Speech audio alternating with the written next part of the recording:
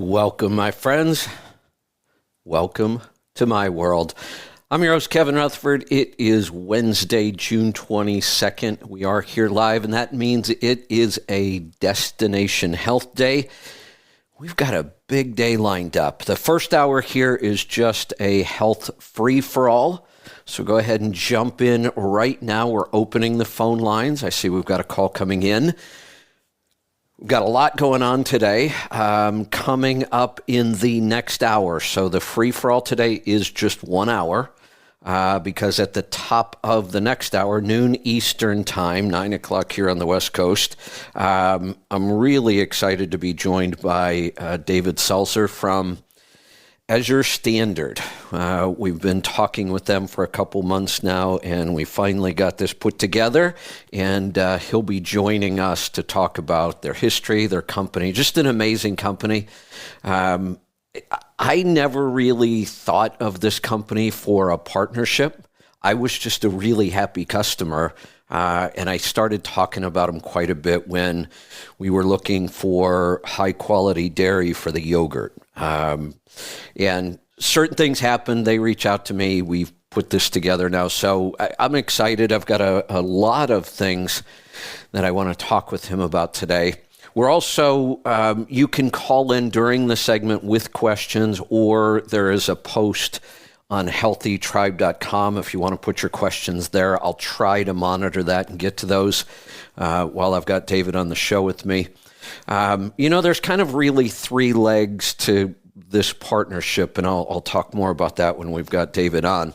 Also, after that, it will be After Hours with Kevin and Lauren. And then we might do something a little different today for the live Q&A in healthytribe.com. So a lot going on today. That's basically 4 different segments around health today. If you're not a member of healthytribe.com, come on over and join. I may do something around the garden today in that. We'll see. We'll see how that goes. What else? I have some things I do want to talk about.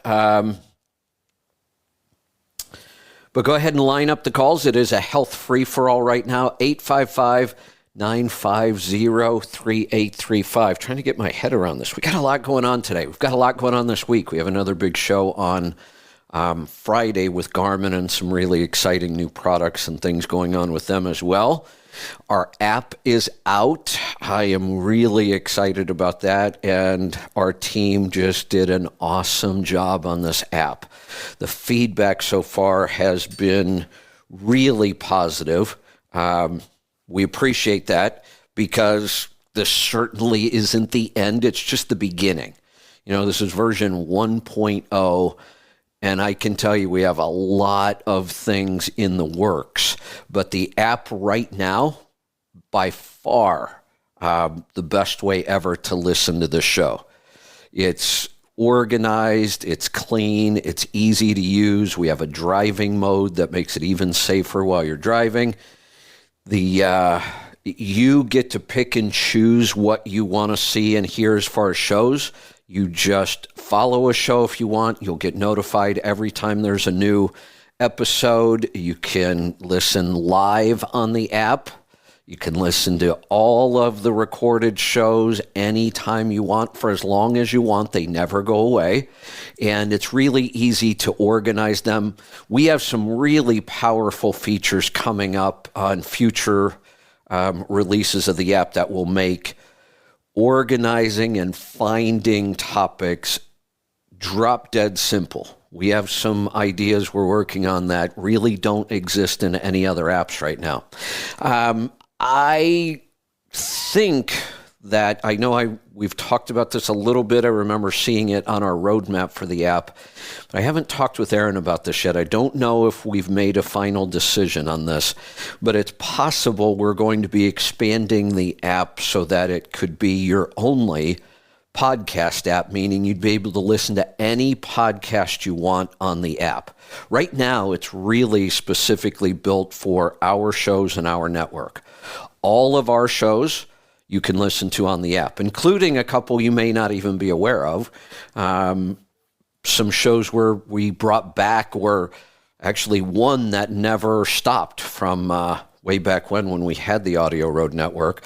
Those shows are available, past shows. So keep that in mind and go check out the app. So if you go to your app store, whether you're Android or Apple, search for Let's Truck. And if you make that one word, I think it seems to work better. One other thing, if you could, I don't always, very seldom do I ask much of the listeners, but I am going to ask for a little help right now. When you download the app and use it, give us a review. Make it honest. I'm not asking for a bunch of 5-star reviews just to get our numbers up. I just want good, honest reviews. We believe that we've put out a really good product right now, even in its very first version. Reviews do a couple things for us, and they are really important. They let us know. We had our beta group and our beta testers, and they were awesome at letting us know about what was working, what wasn't working, what they wanted to see. They were a big part of getting us across the finish line on version 1.0. We really appreciate that. Now that the app is out in the wild and the numbers are going up fast, which we love, and now we will be actively promoting our network now. We've really been kind of quiet about it. We put it out to our real core group, our tribe. You guys have been awesome, but it's time to start growing our numbers again. So we would appreciate any help you could get with that. Tell people about the app. Tell them about the show. I see it's already happening on social media. There are a lot of people that, and we knew this would happen when we disappeared off satellite. A lot of people didn't know where to go to look. Maybe they went to the website. Maybe they couldn't figure it out. We weren't really pushing the show or the network hard, but we're going to now, and we would appreciate your help. Let's get the word out. Reviews also, they give us great feedback from a lot more people than, a small beta group. So we can now start to find problems you don't always find in the beta, and we'll work on them. And we want to hear feedback on what you like about features, what you want to see new. The other thing that it does, the more reviews we have, the easier it is for other people to find the app in the store. Your search results are better. So help us out, download the app, and then give us an honest review. Tell us what you really think about it, and post those reviews as well in your app store. What else did I want to talk about? One of the topics I want to talk about today, and we'll talk more about it when I have David on, the whole movement of regenerative farming. And I doubt that this will ever make a big comeback. I don't think we're going to be able to make much of a dent in our industrial food complex in a big way. But that's okay. All we need to do is do it in a little way. Get more and more people to either do this as much as you can on your own. I mean, I'm a big proponent of learning how to grow your own food, even if it's on a really small scale. I think you learn a lot from that, and it's satisfying. But at the very least, supporting more and more companies that support regenerative farming. That really is one of the big keys to health for all of us, health of the animals, health of the planet. This movement towards more fake food is just kind of disgusting, and what a horrible thing we are doing to people's health. Now all the fake meat that's around, and I haven't tasted this stuff. I look at it, it looks an awful lot like meat. People say it tastes an awful lot like meat. I think they've done an incredible job of turning a bunch of chemicals into something that sort of looks and tastes like meat. But I don't care how good this stuff tastes. This is just poison. And it's not good for anybody. It's not good for our health. It's certainly not good for the health of the planet. This myth that persists that raising animals is so bad for the planet, it's half true. The way we raise animals today is really bad for the planet. The industrial factory farming and industrial factory raising of animals is bad for everything. Bad for the animal, bad for us, bad for the planet. But regenerative farming is good for the planet. That's how we'll turn this around. You know, do we want giant monocrop farms and giant feedlots? We see the results of those. It's awful. All the chemicals that need to be used, the waste products that are destroying things, we can't figure out ways to get rid of them. The whole point of regenerative farming is all that goes away. You know, today I want to get some insight from David on a topic I've been talking about that I've been paying attention, and the food that I've been buying for the last 8 years really doesn't seem to be going up that much in price.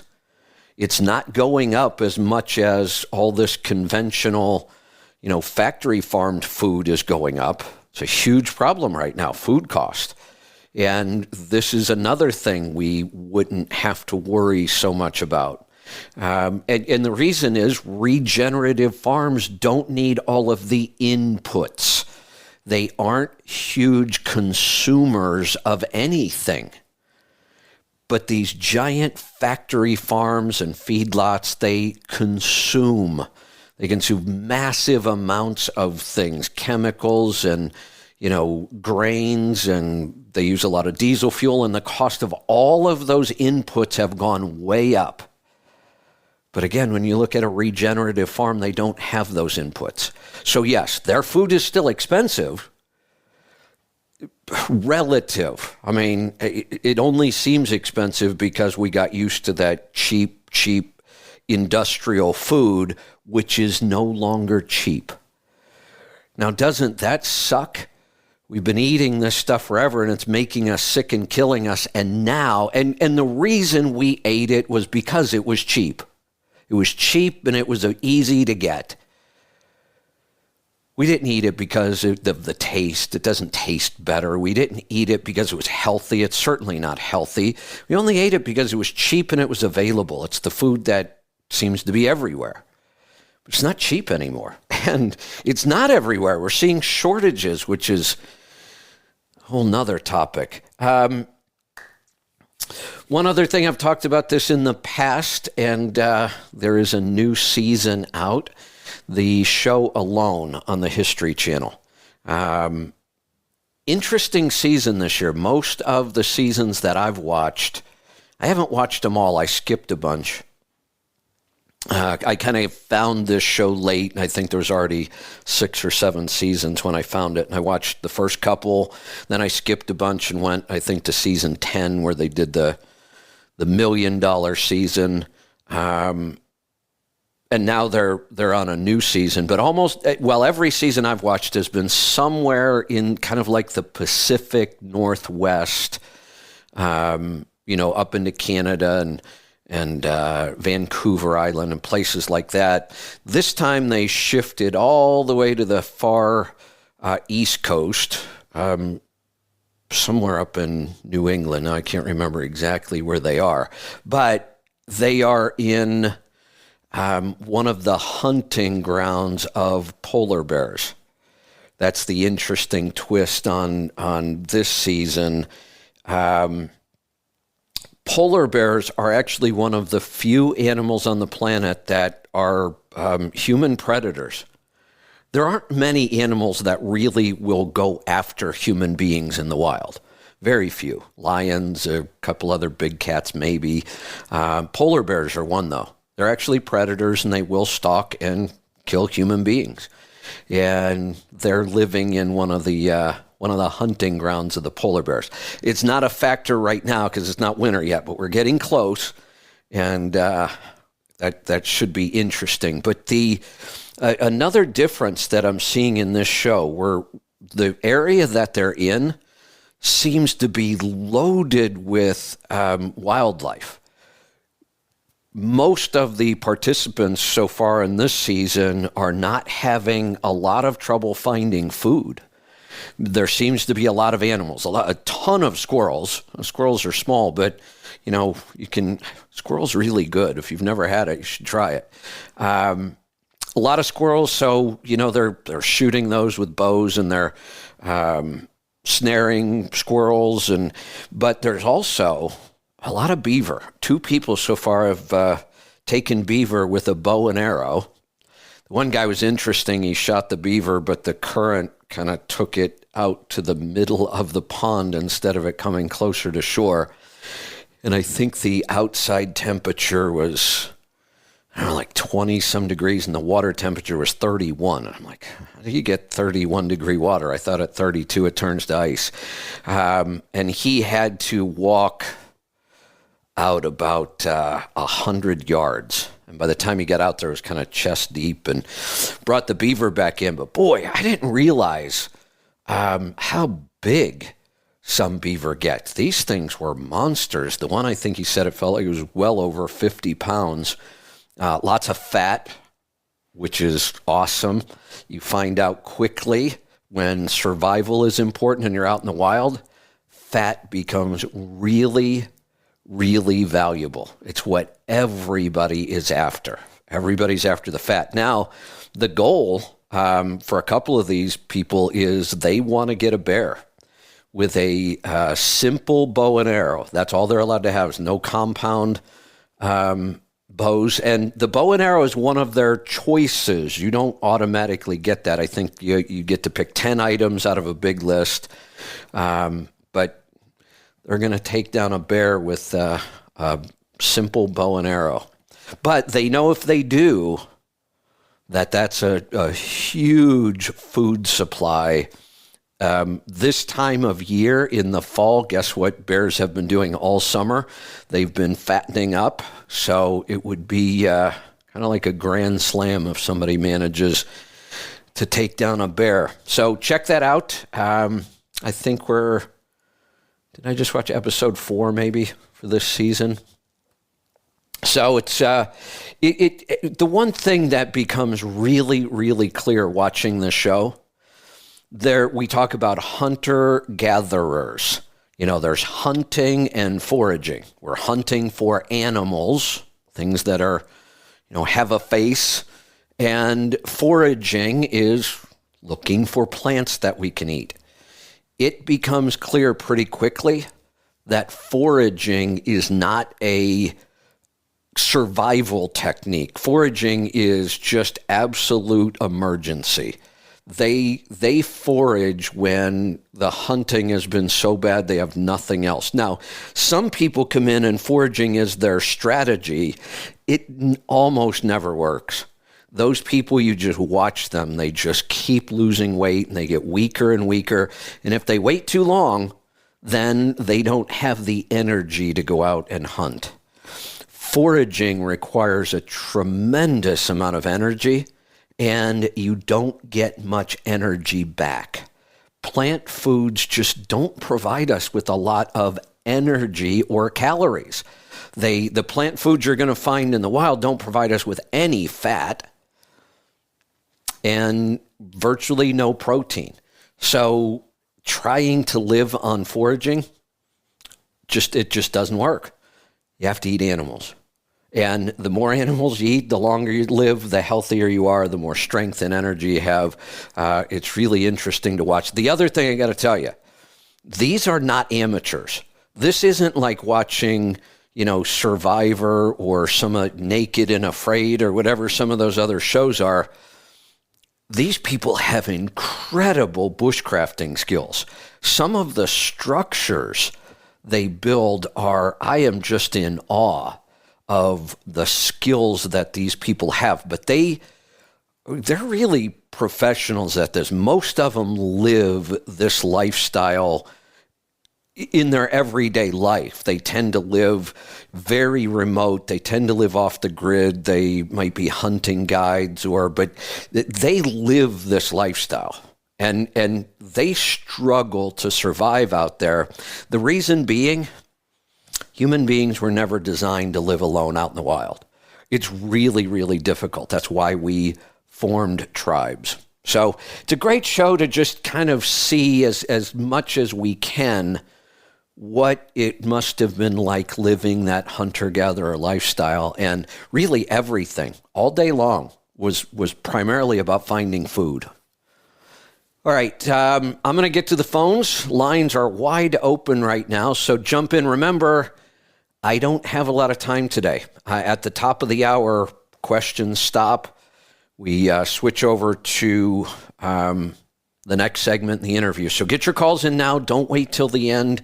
I don't want to have to end the show with questions still hanging. And if you want, go ahead and go to the website, healthytribe.com, and put your questions there. I'll try to monitor those as well.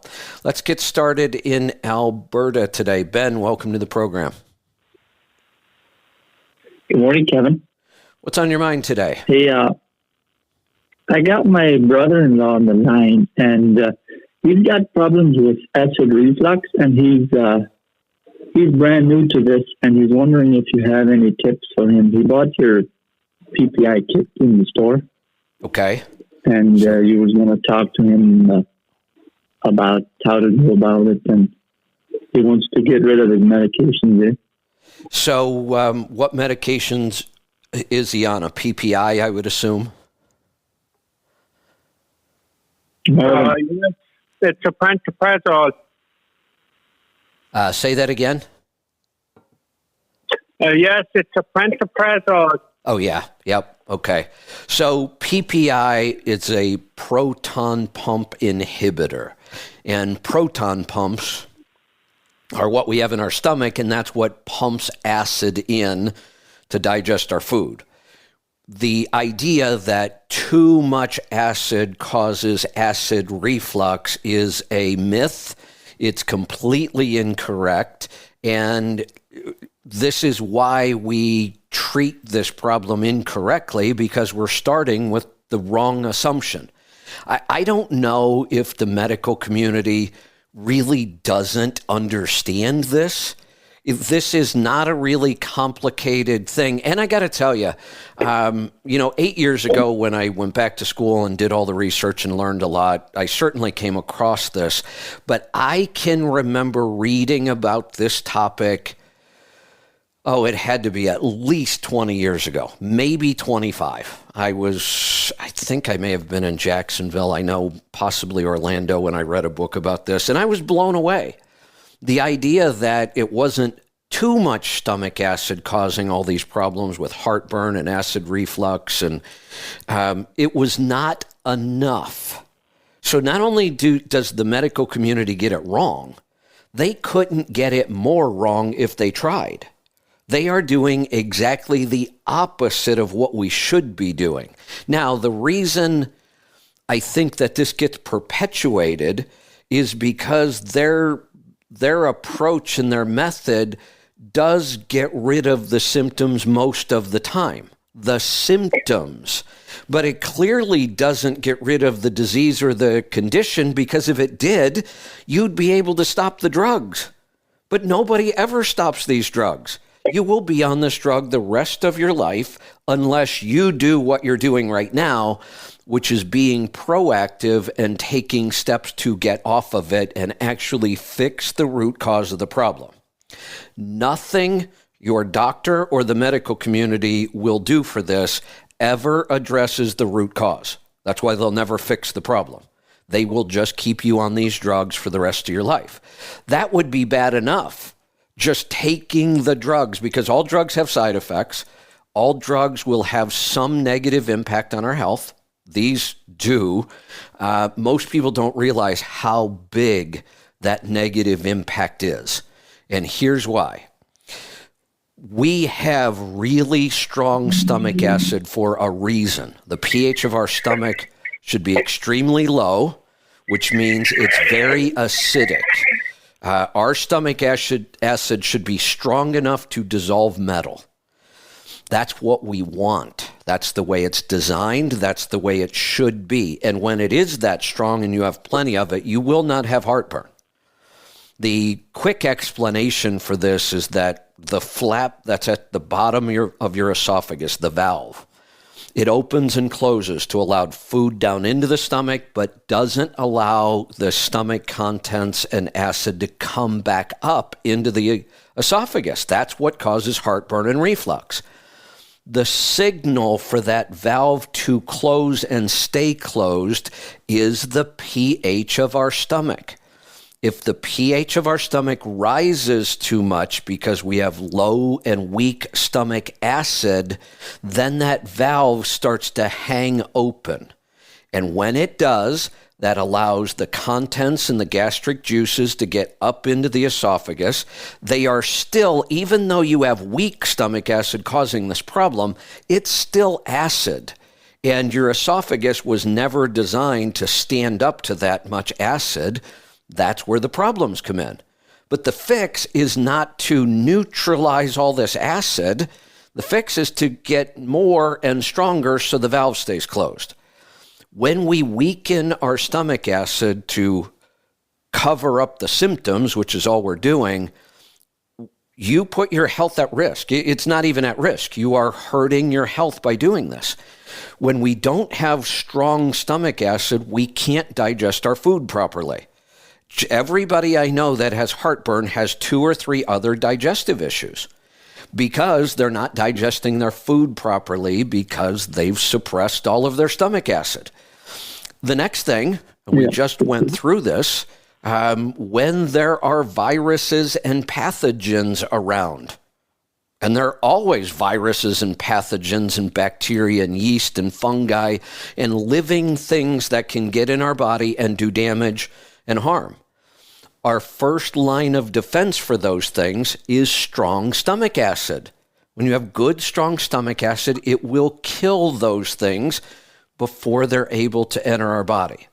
So the last thing we want to do is weaken and dilute our stomach acid, but that's exactly how the medical community treats this.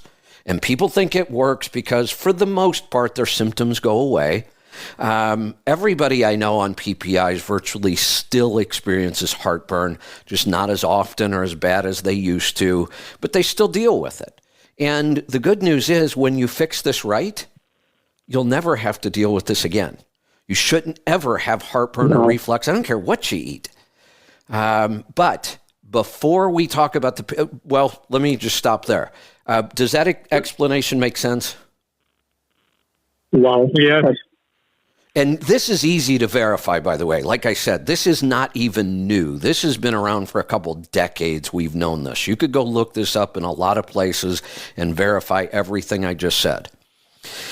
Before we talk about the PPI kit, though, Ben, you have to know what's coming. What's my next question going to be? What's your diet like? Exactly. So tell me about it. Marvin. I actually changed my diet a couple months ago to basically cut out the sugars and the bread, grain, any kind of grains. Excellent. And that is the first step. If you don't do that, I would probably tell you, forget the PPI kit. If you hadn't bought it yet, I would tell you, don't buy it. If you're not going to change your diet, there's not much we can do to fix this. If you're not going to change your diet, you might as well just stay on the PPIs and deal with your doctors. Okay. But I quit the grains for a different reason, not heartburn. That's okay. I care about is that we quit them. I could come up with 100 reasons why we should quit grains. Virtually a good percentage of all the health issues we deal with stem from the consumption of grains.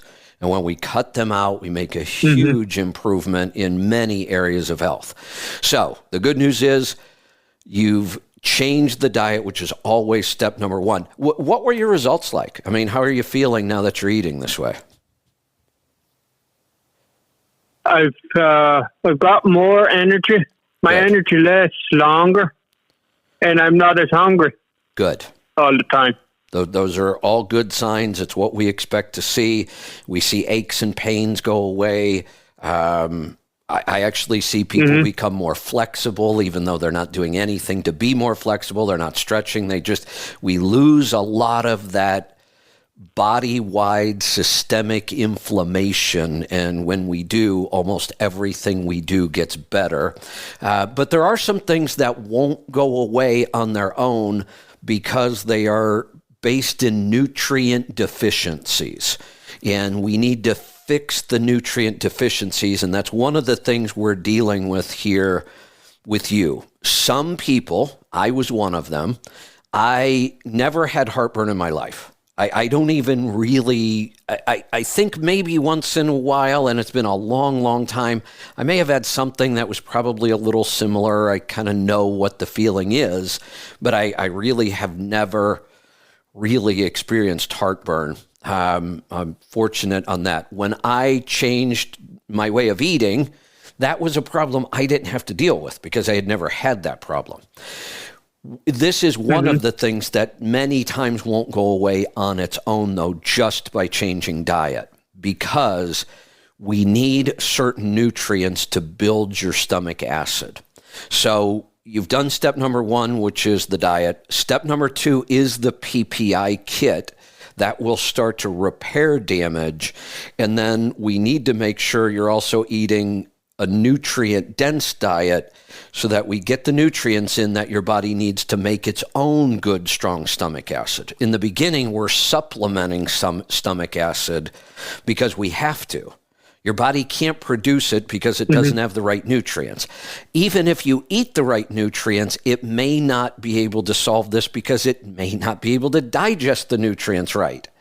So it's this catch-22 and this conundrum we have to solve.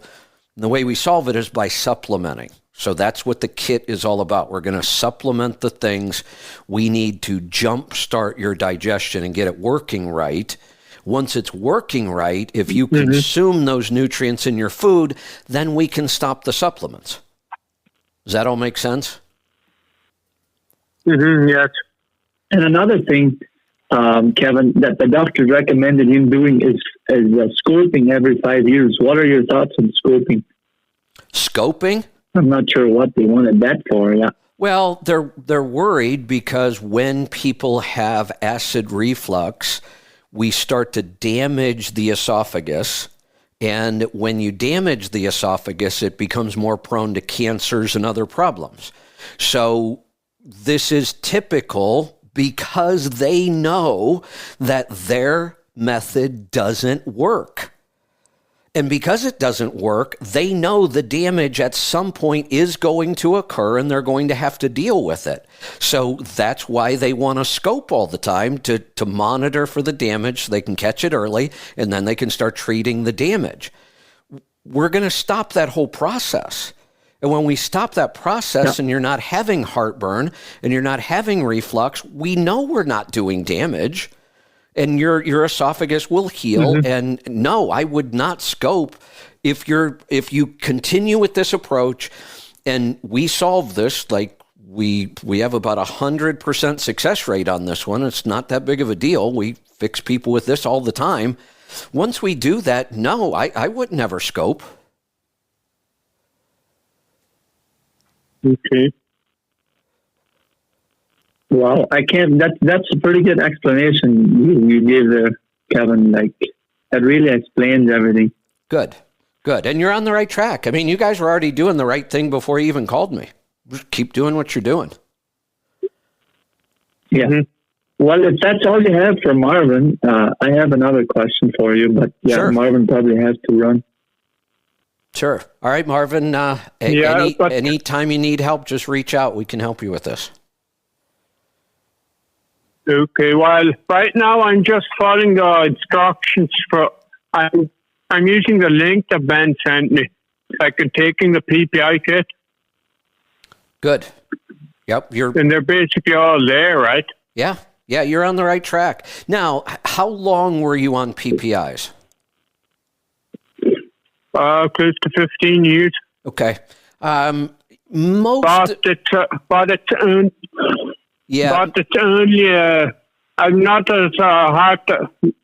I'm on a low dosage kind of a deal, but because I can almost go 30 hours without a medication. Okay. Well, then that kind of tells me that you will probably only need one round of this kit. I know 15 years sounds like a long time, but I've actually dealt with people who have been on PPIs for 30 years and are on heavy doses.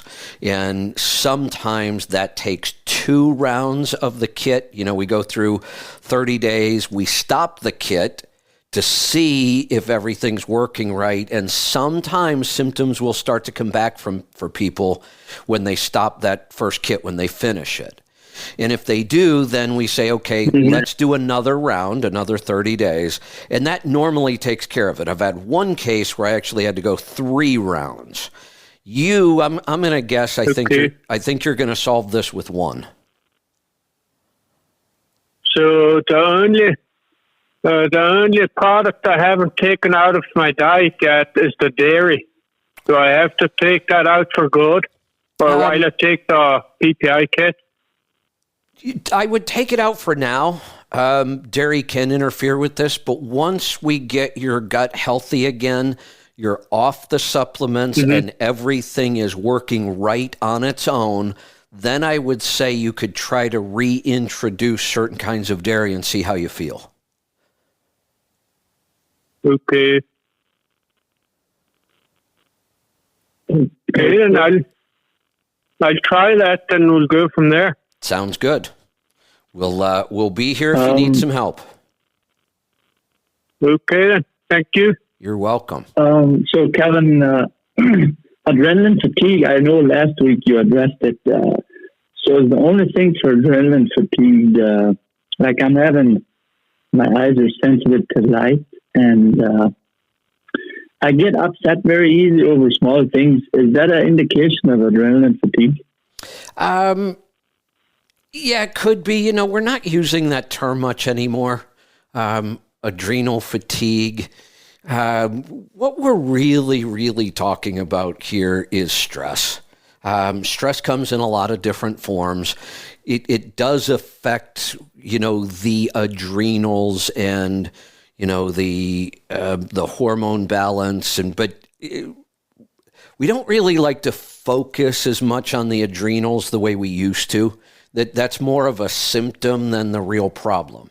The problem is two things. We approach this, this is what my whole stress protocol is all about. We approach this 2 ways. One, we do need to find ways to minimize and control the stress that's in our life. We don't want to add to that stress. We want to try to minimize the things in our life that put stress on our body. And then 2, we now know that stress, our stress response, our body's response to stress is like a muscle. And once we know how to work out that muscle and make it stronger, I refer to it as our stress muscle. Once we learn how to work out that muscle and make it stronger and give it more endurance. The analogy I could use here, a couple of them. Do you train to run marathons? No, I don't. I just do the cold showers and the Wim Hof. Yeah, well, I do. We'll get to that. Let's go back to the marathon. Since you don't train to do marathons, what are the odds if I asked you to run a marathon right now, 26.2 miles, and told you if you couldn't do it, you would die? Those are pretty high stakes. Do you honestly think you could run 26.2 miles? Probably not, no. No, not even if our life depended on it. We just would not be physically capable of doing it, no matter how strong our motivation is, because we haven't trained the parts of our body to do that. But we know we can. I mean, there are people that run 100 miles. There are people that run 50 marathons in a row, back to back, a marathon every day. The human body is capable of doing that if we train it to do it. We can make our muscles stronger and we can give them more endurance, but we have to, one, know how. How do you train a muscle? And then you have to do it. And doing it is the hard work. Our stress response is the same way. It's just like a muscle. And if we don't train that stress response, then once we are exposed to stress, we will tire quickly. Our stress response will give up, and that's when the body gets flooded with the stress chemicals, cortisol and adrenaline and norepinephrine, and then everything starts to go to hell. I mean, stress affects virtually every part of our body because it involves hormones, and hormones are really powerful.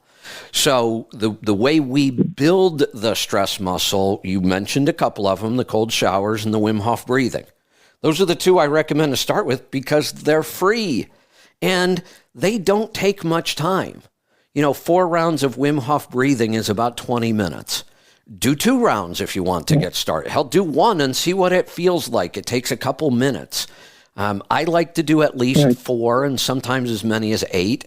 The shower, my God, if you can handle 3 or 4 minutes in the cold shower, it's taken 3 or 4 minutes of your day. That's it. And how long do you stay in the cold part of the shower, by the way? I started with 30 seconds to a minute, and that was 6-7 months ago. Now I'm up to 5 minutes or 3 minutes. Yeah. Excellent. And that's where, oh man. Yeah, and that's where I feel good after that. Oh, I know. And try to convince somebody that there will come a time when they actually enjoy this is just about impossible. Nobody believes that until they experience it themselves. But it happens. It just does. You get to the point where I just love it. Yeah, it just feels good. And 5 minutes is we get 95% of the benefit in doing 4 or 5 minutes. To go any longer than that, even Wim Hof talks about it, there aren't really many health benefits to gain after that 4 or 5 minute mark. That gives you a ton of health benefits. He says when he goes longer, that's more of a training for him to get him to the point where he can handle really uncomfortable situations for long periods of time. So when he submerges himself in ice for a full hour and breaks the world record and his body temperature never drops, that's pretty incredible. That's his years of training. But he will say the majority of the health benefits in the cold exposure come after just about 3, 4, maybe 5 minutes. So 5 minutes out of your day. That's what I'm doing, so yeah.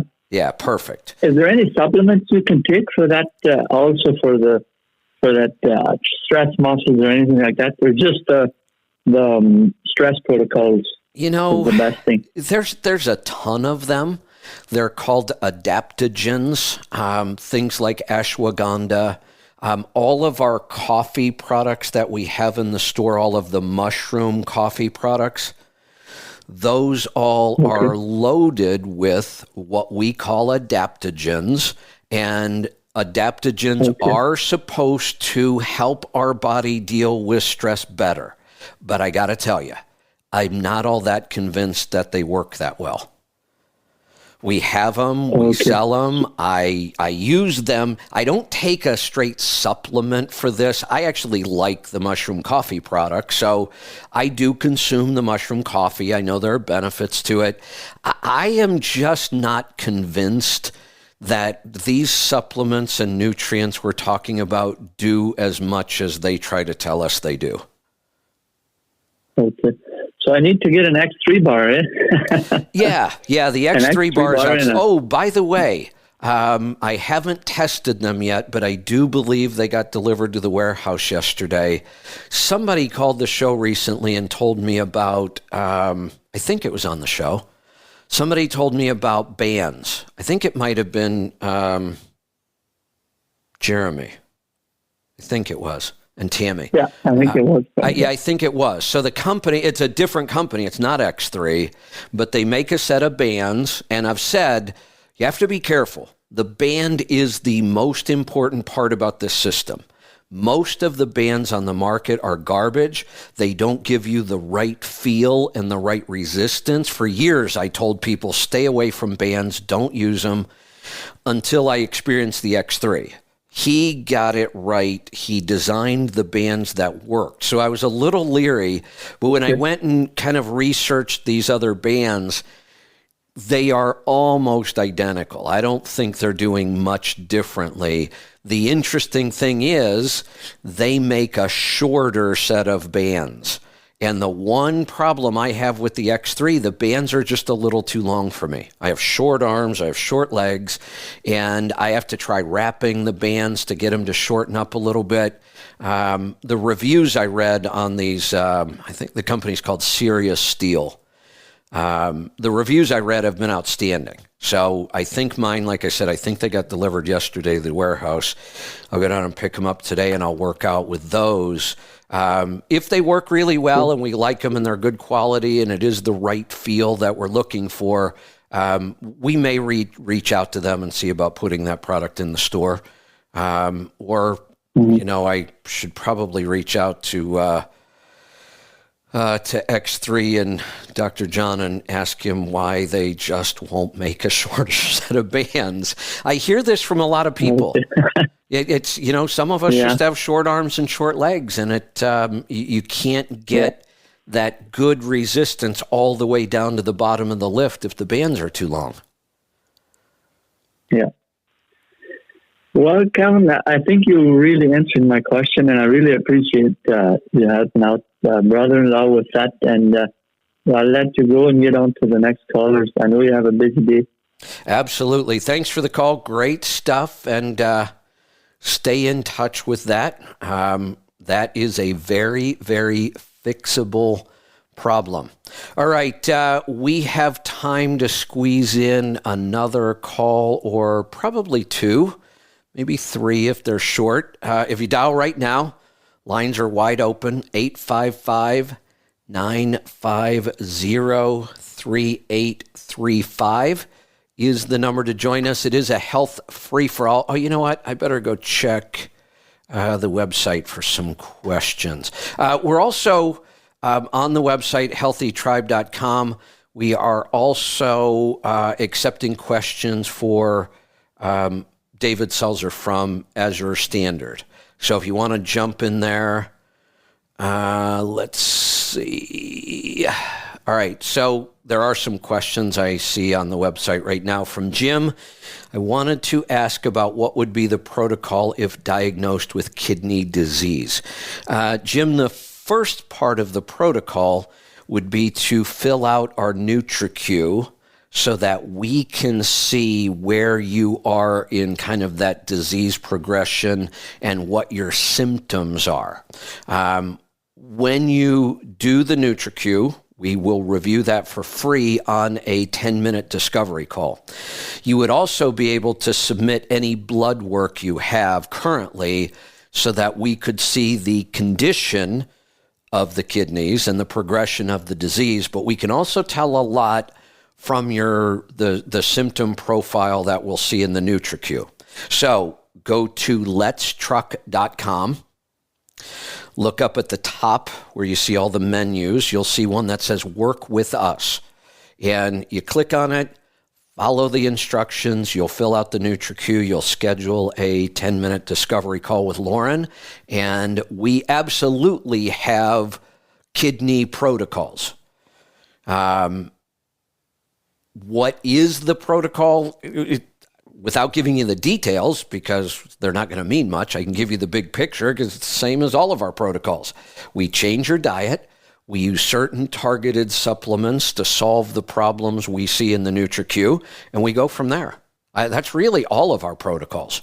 They are diet and supplement, and we give you clear instructions, step-by-step how to do it, but we like to get as much information as we can up front. Another question from Keith Thompson. What are your thoughts on athletic greens? These are powders to make drinks. This is a really popular class now of products and supplements. Even some of our partner companies make some of these. I know Dave Asprey at Bulletproof has been big on some of these. I have to say I'm not a fan. I think that these can potentially cause more problems than they solve. I'm not even a huge fan of eating a lot of greens anymore. I mean, I am moving more and more carnivore all the time. And if we're going to eat vegetables, I think they should be fermented. That gets rid of a lot of the problems. And some people are probably saying, right, what's he talking about? They're vegetables. Vegetables don't have problems. They absolutely do. And we know this more and more now. These plants have chemical defenses. They don't want to be eaten. Now, certain classes of plants do want to be eaten, fruits, and there are some things we think of as vegetables that are really fruits. Avocado is a fruit. Olives are a fruit. Tomatoes are a fruit. Peppers. Those foods don't tend to have many of those chemical defenses because they want to be eaten so that you spread their seeds and that's how they proliferate. But a lot of plants have chemical defenses, oxalates, phytates, lectins, anti-nutrients. So we think that these foods are really nutritious, and they're not. If you just look up the nutritional content of vegetables and compare them to meat, it's not even close. And then there's another problem. If you have a certain nutrient in a vegetable, and you can also get that nutrient, or I'll say a plant, you have nutrients in a plant, and you have those same nutrients in animals, across the board, the human body absorbs the animal form of the nutrient far better than it does the plant form. The plant form of nutrients, our body almost always has to convert.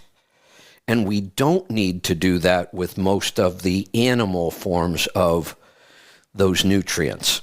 So now we talk about taking these greens or these vegetables or these plants and concentrating them down into powders, and we can consume far more than what is natural. Now, a lot of people think that's good. Oh, look at all those nutrients you're getting. Yeah, but you also have to look at all the anti-nutrients you're getting. And to me, it's just not worth it. I really am leaning more and more towards many of our plant foods were just simply emergency foods. So I don't want to take a bunch of concentrated plant food. I've talked about the product that's advertised all over the place, Balance of Nature, and the problems I think that could cause. I'm just not a big believer in those. Let's see. Oh, I've got a call here. Let's grab it before the top of the hour. We're going to head to Kentucky. Dwayne, welcome to the program. Yeah, how's it going? Good. I told her my son-in-law's got he's been taking antacids for an antacid, I guess, for quite a while, and I can't remember the name of it, but it's one of them that they got cancer, I can't think what it could cause cancer. So what it did is went down half a dose of it like that. But he said his problem is he makes too much acid. Is that problem possible? That's what they tell everybody, and that's bullshit. There is one genetic condition that's pretty rare. There is a condition that can cause too much stomach acid, but it's fairly rare. No. But this is what they tell everybody. Because if they didn't tell you that, why would you take an antacid or a proton pump inhibitor? But if they tell you your problem is too much acid, here we can either neutralize it or we could stop it. Oh, well, okay, that makes sense.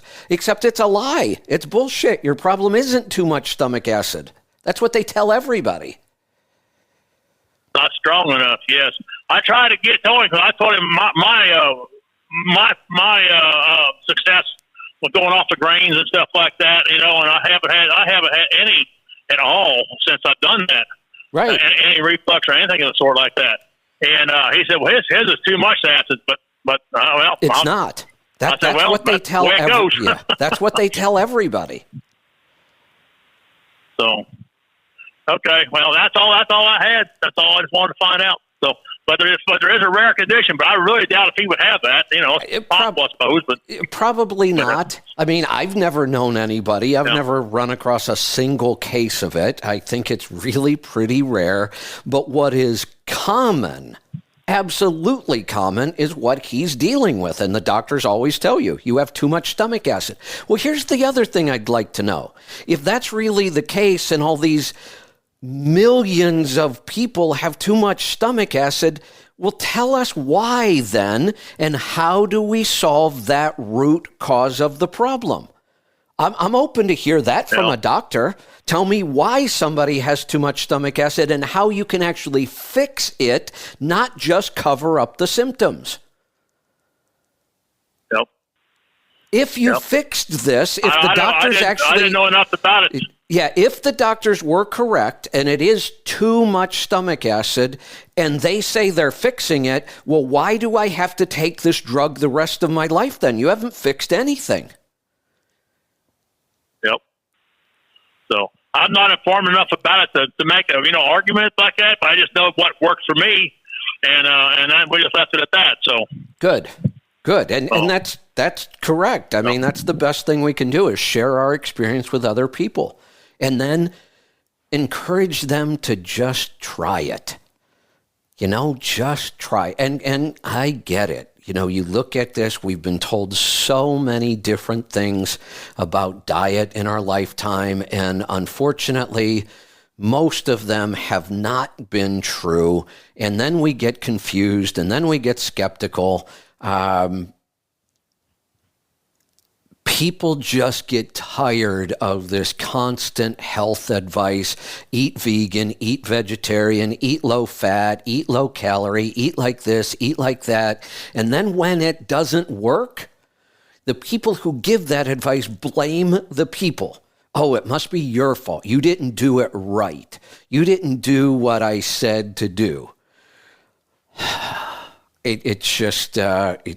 It never changes. How many doctors have we had on here that said, I gave that bad advice for years until I finally realized the advice didn't even work for me? We've had Dr. Ken Berry on in the past, and he talked about getting fat and sick and having tons of inflammation and weak immune system, and yet he was doing all the things he was telling his patients to do, and when they had poor results, he would blame it on them. And this is common. Dr. Wolfson said the same thing. We've had dozens and dozens of doctors on the shows over the years. One of the topics I was going to talk about today, but I'm just about out of time, the fact that we are finally starting to see more conventionally trained doctors learn the truth. Somebody sent me a book recommendation, or I think they might have posted it on one of the websites, but I already went and got it. It's another cardiologist, a doctor I've never heard of. Wrote a short, it's like 150-page book about metabolic health. I want to go read it. I doubt that there'll be anything new in there. It's not that we know everything. We don't. There's not a lot big right now. Gut microbiome is a big area. But the reviews on this book look really good. It's a lot of people said it's really simple and concise and easy to understand. And it's a cardiologist. Maybe we'll get him on the show here soon as well. All right, we are going to wrap this up, and we will be right back. We might even just roll right into We are. We're going to roll right into the interview. I have got, looks like we're getting David on the line right now, and we'll just continue on. We're just going to roll right on with Destination Health, and there's no time like the present, so let's do it right now. I want to welcome in the founder and CEO of Azure Standard, David Selzer. David, welcome. Hey, nice to be here. Thank you. Well, it is great to have you here. You know, I started to tell this story this morning in my open, then I thought, no, wait a minute. This is a story I want to tell when David gets on the air. I want to get to your story and your history, because I think it's absolutely fascinating and I love the whole story. But I want to kind of tell the story of, how the partnership came about. I'm always kind of on the lookout for products and services and companies and people that, could bring value to our tribe. Something I've been doing for a long time. But I have to say, I doubt that I would have had that thought with your company. I was just a really happy, satisfied customer. So it has a lot to do with health. So the topic would come up on my show and I would mention your company. And again, it was just because I was just really happy and satisfied. I loved your service. And then we ran into this whole yogurt thing and we were trying to find the best quality dairy, and I was shocked at what a challenge that was. As we were developing, these yogurt recipes, we worked with Dr. Davis from Wheat Belly on this. I started realizing the dairy is a really, really important part of this. If we're going to make really good, healthy yogurt, we have to start with really good, healthy dairy. And what I was looking for was an A2 dairy, because I really believe that A2 is far better for humans than A1. Goat's milk is a lot of A2. But we now have these, cows that can produce dairy with primarily the A2 protein. Still fairly rare, but that was what I wanted. I wanted it to be, pastured and organic, non-homogenized, because when we homogenize dairy, we do damage to some of the fats. And I wanted it to be lightly pasteurized. Now we're doing this ultra pasteurization, which I get, it's quicker. Business always wants to do things faster, but it damages the proteins in a way that sometimes that dairy won't make really good yogurt. We are manipulating the proteins to make the yogurt, and when those proteins get damaged from that high heat, they don't always work right. So, and then I wanted it to be half and half because it makes really thick, creamy, luscious yogurt, and I didn't want to have to buy it in little half pints because I'm doing gallon to gallon and a half batches every 10 days or so. I didn't realize what a challenge that was going to be to find. In fact, about the only place I've found it is your company. And it was, I think you and I talked about this once, it was Alexander Farms, just awesome dairy. Right. And you guys have this beautiful little case that I order, and it makes, about a gallon plus batch. And I just absolutely love it. So we were talking about it, and I was telling people, I get it. Finding this level of dairy is next to impossible today, but here's the place to get it. You can go through Azure Standard, it's Alexander Farms. And so we were talking about it a lot, and I think what happened was one of your drivers actually listened to the show and kind of went back and must have told somebody in the company that I was talking about them, right? That is true. And then one of our drivers that's been here a long, long time, and he kind of likes your show, and apparently was bragging on it. And found that you did a pitch for Alexander. Yep. Yeah, and you reached out, your company did, and when we had that first conversation, I thought, why didn't I think of this partnership myself? It's right here in front of me, and I really see 3 points of synergy between our two companies that I absolutely love. The first one, you are one of the largest distributors in the country of really healthy food. We could, describe healthy in a lot of different ways, but your food is what I consider to be truly healthy food. And you have it, a huge variety. I'm actually blown away by it, and blown away by the fact that you existed and I didn't know it for a long time. For the size and the reach you have, honestly, I don't know that you're all that well known. It's almost like you have a really, really loyal following, and once people know of you, they're hooked. But I'd like to get the word out more. More people need to know about you. So that was the first, synergy. You have the kind of food I'm telling people this is the food you should be looking for, and it's hard to find. And in many cases, it's way more expensive if you're going to some place like Sprouts or Whole Food. Dave Ramsey used to call it Whole Paycheck. It was so damn expensive. You have great prices, awesome selection. I love the convenience of the whole process and how it works. I used to say I loved grocery stores because I'm a foodie and I love to cook and I'm always in the kitchen. I actually hate grocery stores. I thought I loved them because that's where I had to go to get the stuff I needed. I love services like yours. Takes away that whole stupid process of going to the grocery store. And the next place that I see a synergy, and this is maybe a little selfish on my part, but I have to admit, I am becoming obsessed with my garden. I started gardening seriously just about 3 years ago.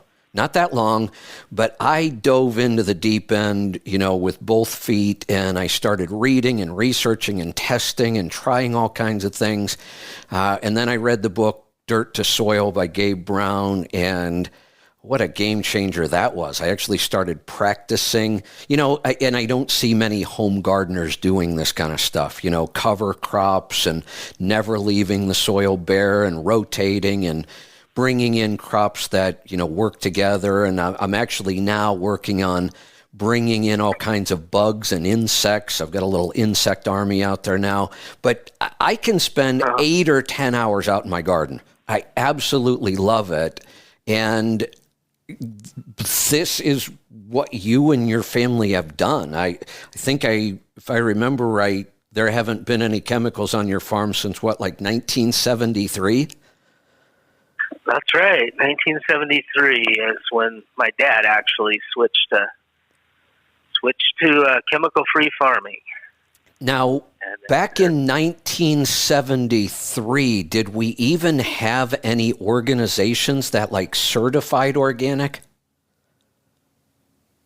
No, not at all. It was kind of a new concept at that point. Isn't this funny, though, that we call it a new concept? Isn't it really the original concept? It absolutely is. I mean, obviously, humans farmed basically organically since the dawn of time until about World War I, when they realized that this chemical that they used to harden dirt so they could land planes on it made the plants along the edge grow a little better or look a little greener. And then they started using small amounts on farm fields. And that was the beginning of, chemical agriculture. Would that have been some form of nitrogen?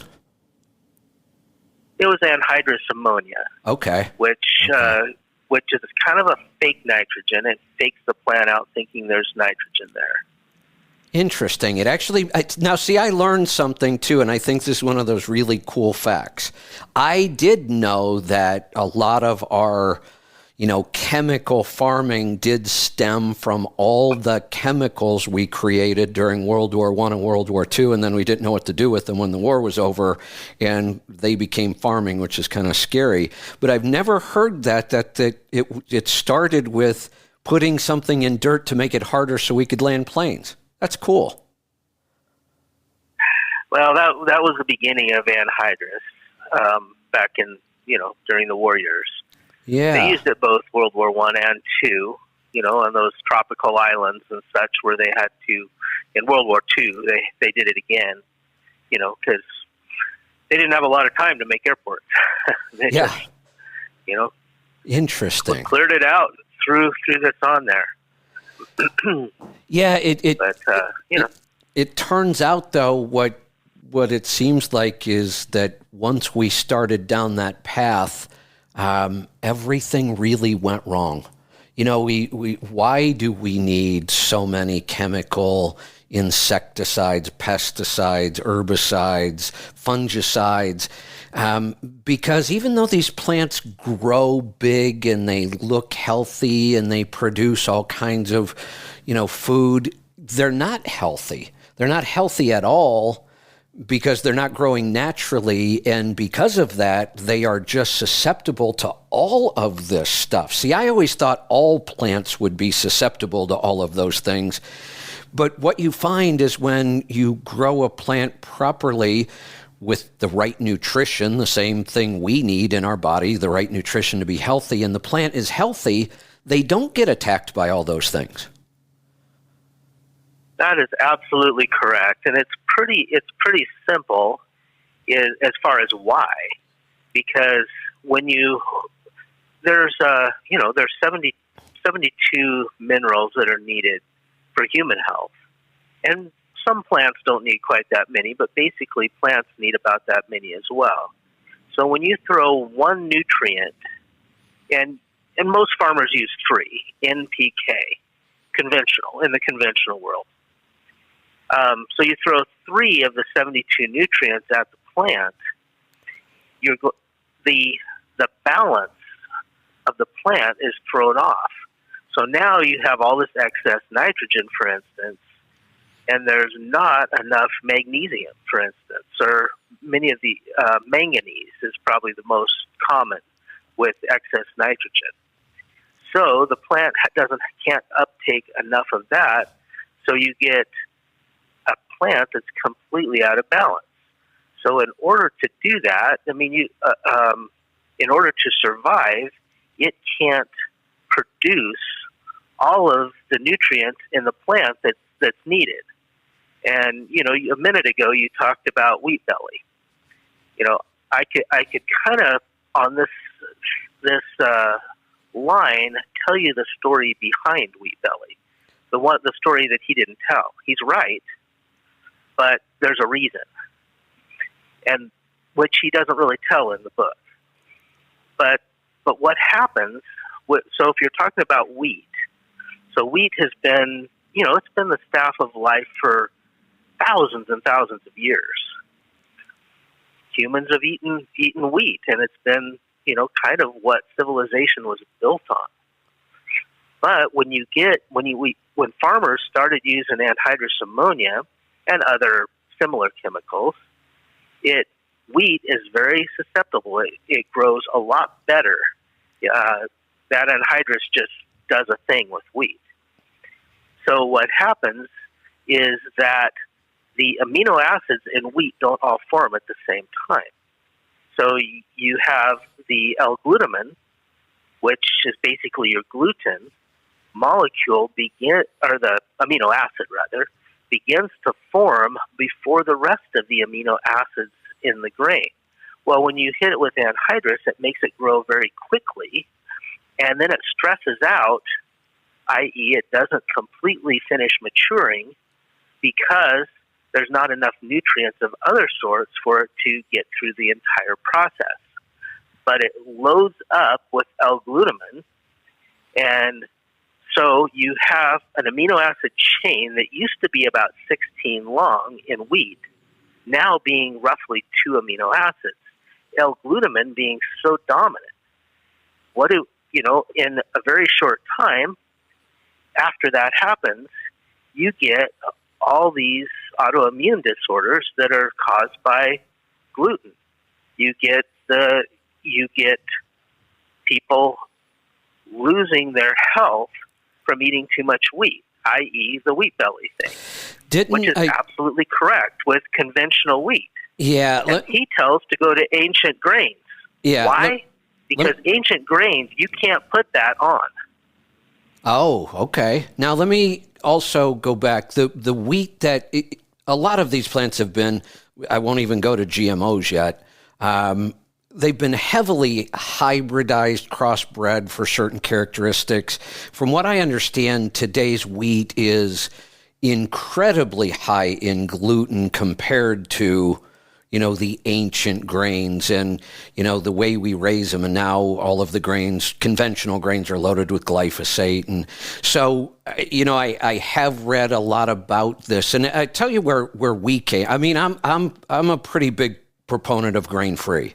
And one of the reasons is because we get results. And then I have done a lot of the research on using ancient grains, preparing them properly, soaking and sprouting to get rid of some of the other anti-nutrients, creating things like sourdough because the bacteria actually changes the grain and the makeup and makes it healthier. And I get it. And I don't disagree with those things. What I found I'm a huge proponent of that. Yeah. Yeah. And I know people who are, and I know people who eat that way, and their health has improved tremendously. For me, I think what happened was, before I knew that, even before I read Grain Brain, or Wheat Belly and Grain Brain, I read a book by Dr. Mercola that talked about the problems with grains, and I stopped them. And when I stopped them, I got healthy really fast. I mean, a lot of things changed. So that kind of, set my mind that, look, this really works. And then when other people would do it, I would see the results, and I work with, really thousands of people now. Then I started to learn, oh, wait a minute. If you go back to the ancient grains, you prepare them right, you do all this stuff, you could still eat these foods and be okay. And by that point, I looked at it and said, you know what? I really don't miss these foods anymore. There was a time when I did. I really don't miss them anymore. It sounds like an awful lot of work to me. And I just chose not to go back to them. And we get a lot of results. So it's there. Like I said, I know people who do it right from the start, and they seem to get really good results from it. But it's just, it's interesting how much that wheat plant has changed. Well, the wheat plant itself, the big hybridization that they did was to make it shorter, because wheat or ancient grain type wheats grow quite tall, usually 5 to 6 feet tall. And you throw anhydrous ammonia at that, they grow even taller, and they tip over. Okay. And then you can't harvest it, and you get really poor quality, and some of it even doesn't produce any grain. So the main thing they've done is called semi-dwarf. So they've developed varieties of wheat that grow really short. The rest of the problems with wheat mostly have been caused from the use of chemicals. Lots of them. Yeah. So kind of take us back to the beginning. 1973, you were probably still pretty young, right? I was just a little more than a kid at that time. Yeah. And, a couple of things that happened in our history in my family that made particularly my parents look at things a little bit differently. The first thing was when I was born, I was one of them sickly babies that the doctors pretty much said wasn't going to make it. My parents didn't want to believe that, and so they started searching for other health alternatives. And they found a naturopath up many years ago that was able to give guidance from a diet standpoint. And after doing the diet, changing my diet when I was just a kid, really, I got completely well. And about that same time, my granddad he had heart trouble, super, super bad. I mean, he was just not that old, he was still in his like 60s. Couldn't get on a tractor, had to take nitroglycerin pills under his tongue all the time. He was just done. And so after they figured out, hey, this diet thing, so they started researching and reading a few books and said, hey, if you eat, these whole foods and you keep down certain kinds of meats and fats and eat lots of garlic, that was his big thing, then it's supposed to be good for the heart. And so he changed his diet. He was a tough old codger. He didn't care. He ate like 6 cloves of garlic a day, just raw. That was him. Yeah. And he got well. He got completely well. His heart trouble went away. He was, 10 years later, he was actually killed in a farming accident. He was working 15 hours a day again on the farm. Wow. And wow. He got completely well. So that was those two things happened, right about that time. This was in the early 70s, late 60s, early 70s. And then, he began, okay, well, this really works. This is cool. Yeah. And so then we started moving forward with, hey, what causes this? And Dad saw the research on the grain. And actually the very first thing that he saw on the conventional side was the mercury. Back in those days, they treated the wheat with mercury. Wow. When they planted it. Really?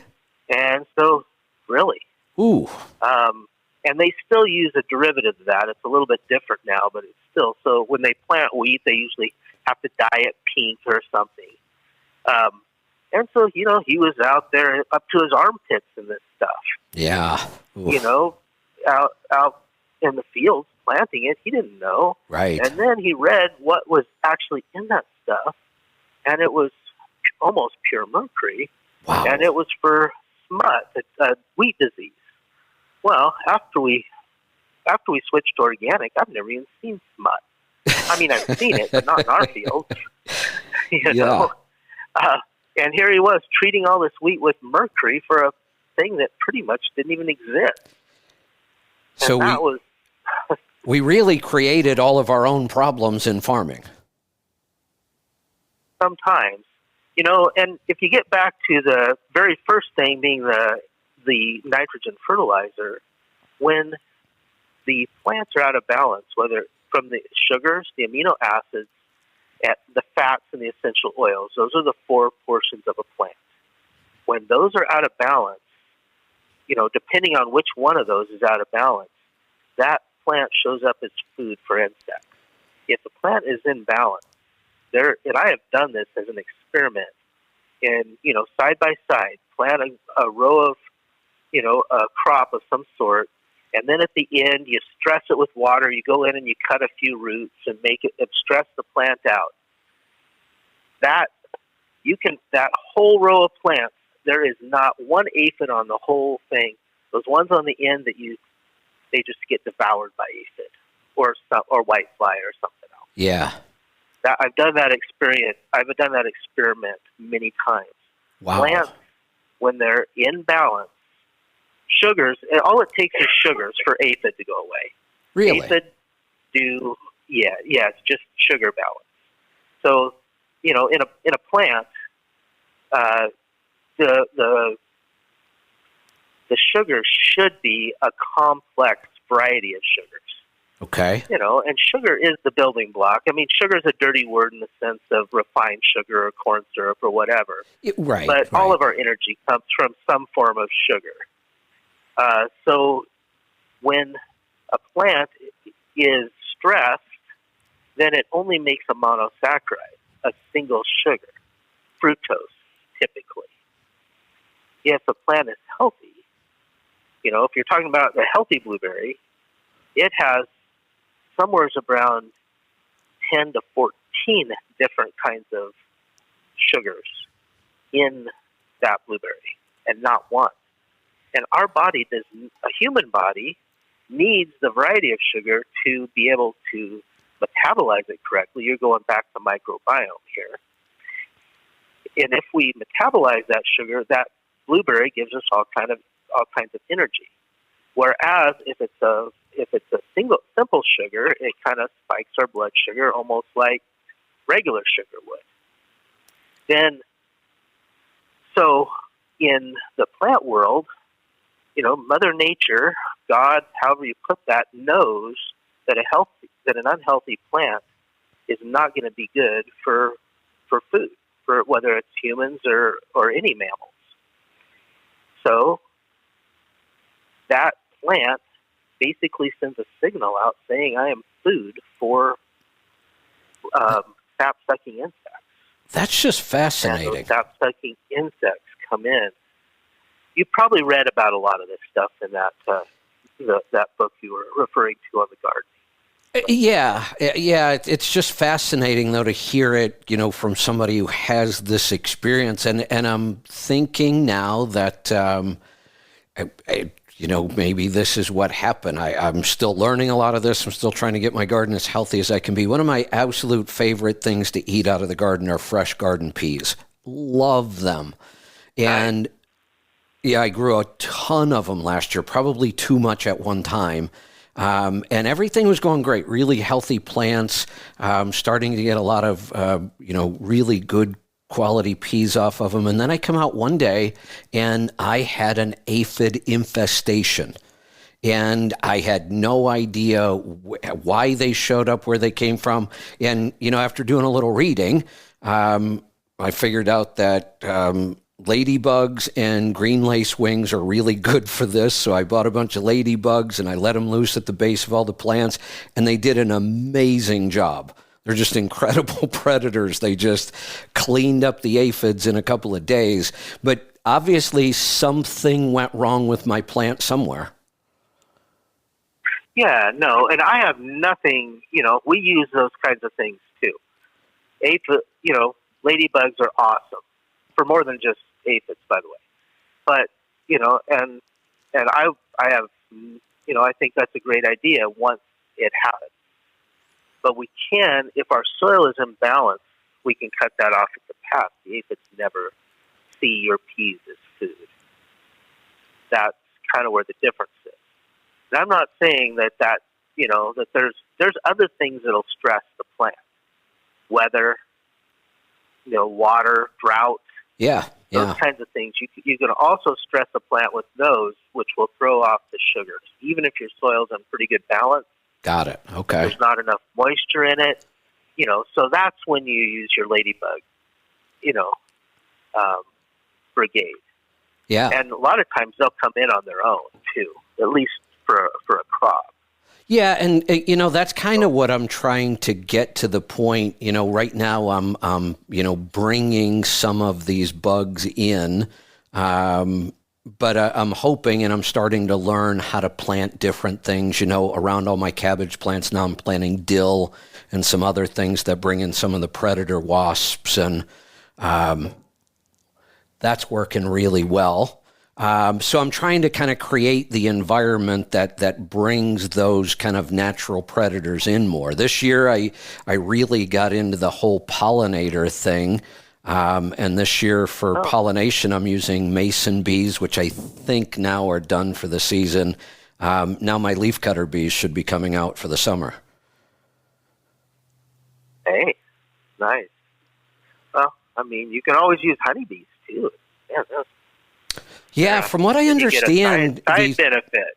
Yeah, these solitary bees, I guess, are really, really good pollinators. It's like they pollinate it like 10 times more than a honeybee does, and they're kind of cool. I have little houses, and they come back and they lay their eggs, and little leaf cutters, the way they wrap the cocoon in, leaves or flowers is really cool. I want to go back to something. There's so many things I could talk to you about. I know we're just going to keep going down rabbit holes, but it's kind of fun. I want to go back to the health thing.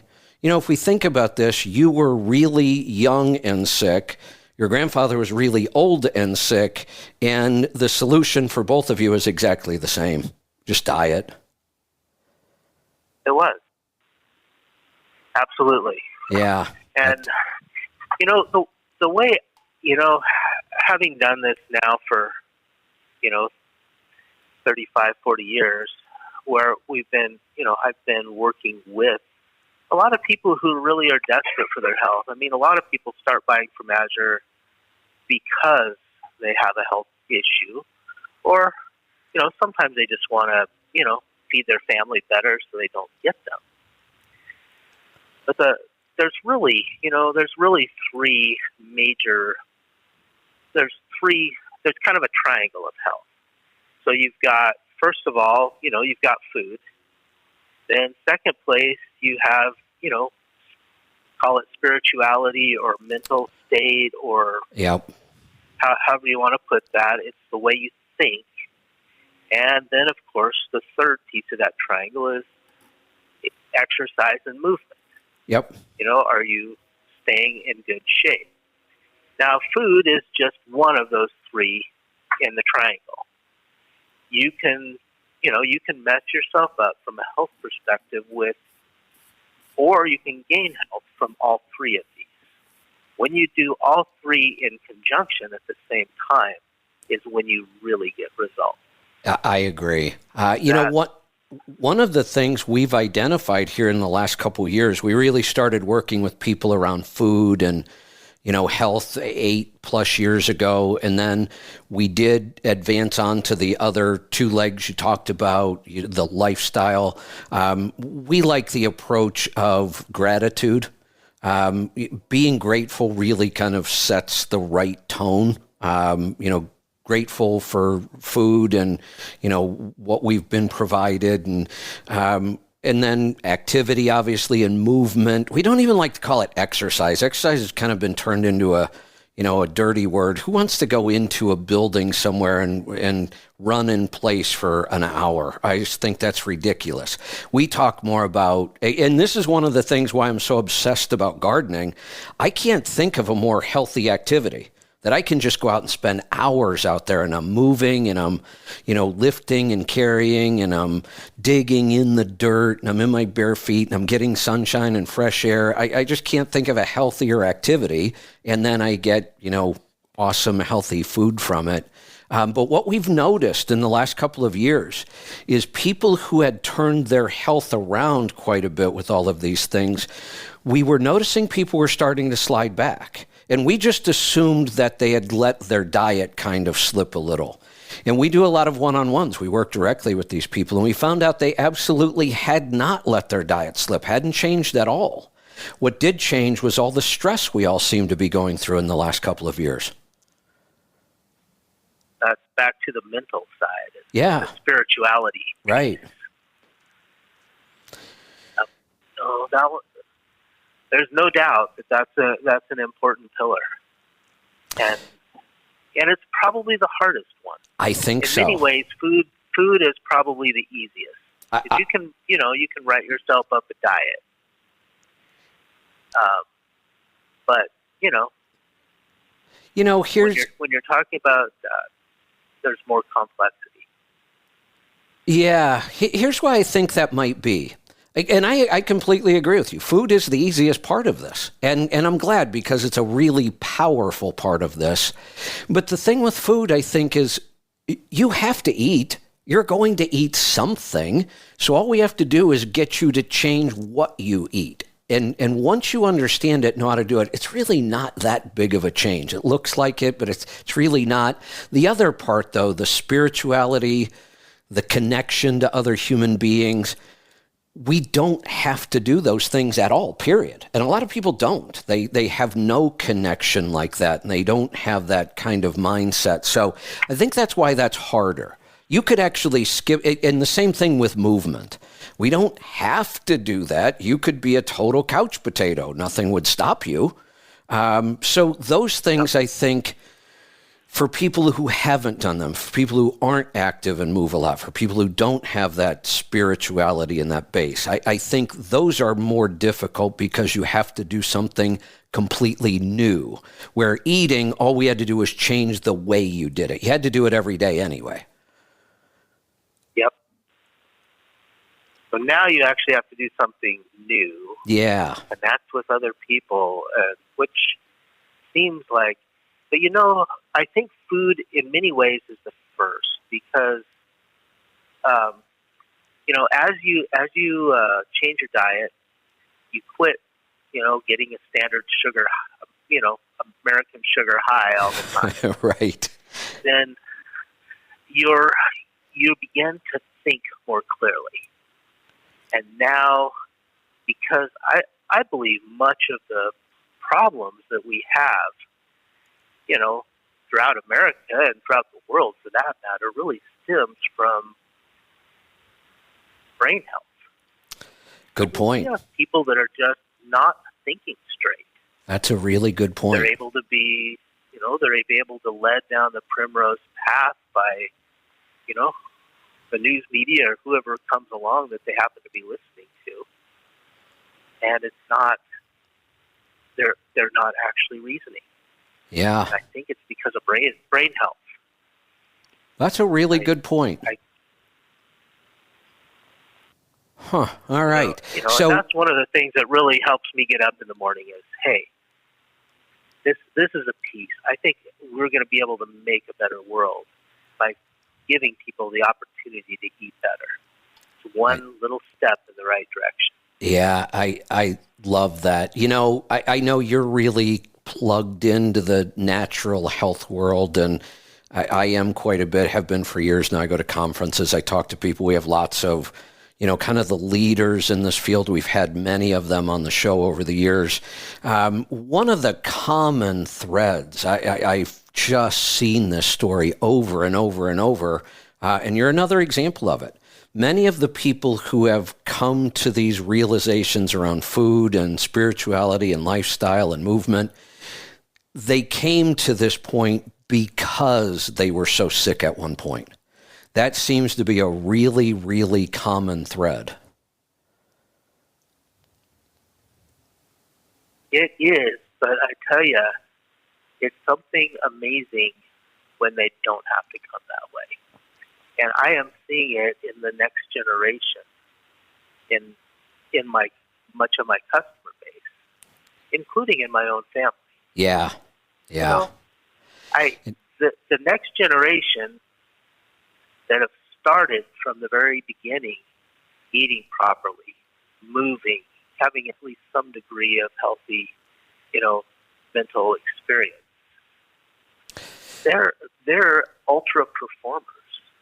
No matter what they do, they're put in a position of excelling extremely. If I take, my own kids, I have one child. Maybe this is the easiest to demonstrate because it's very different from anything else. But I am kind of a puny guy. Anything an exact opposite of an athlete, and so is my wife. Neither one of us would be considered to be athletic in any way, shape, or form. But yet, one of my sons became a top college long-distance runner. Wow. At the college level. Yeah. Almost went pro on it, but decided maybe that wasn't his calling in life. But he simply had the advantage of a healthy body from day one. Good point. Yeah. That's an advantage that you can give your children, by just feeding your family healthy from the beginning. And the funny thing is, as far as food goes, they don't, once they start on a healthy diet, they really don't crave that's garbage. I never had to tell my kids don't eat candy. Right. We just didn't do that. That wasn't food. Yeah, I have kind of a funny story that highlights this, and I love, talking about this generational idea. I didn't learn this till I was 50. And the changes that I've made since that time have absolutely been incredible. The human body is an incredible thing when you give it the right nutrients. My son started in his 20s, and he's now a practitioner as well. And he had twin boys after he was already eating this way, and so was the mother, and the babies have been raised this way, and I'm just so excited about their possibilities in life, how much healthier they'll be and happier, and their brain will work better. But I think it might have been their second birthday or third, I can't remember exactly, but there was a party, and, you know, they actually struggled with, should we even have a cake? You know, we don't eat those kind of things. But it's a birthday, aren't you supposed to have a cake? And, you know, we could have made a healthier version of a cake. And we thought, you know what, it's one time, just make a cake. Or they bought it, I don't even remember. But, you know, the kids are in the high chair, the twins, they give them the cake, they start playing with it, you know, the frosting and all that, and they're pulling it apart, and they're not eating it. And at some point, like babies do, they stuck it in their mouth and really had no interest in eating that cake whatsoever. Yeah.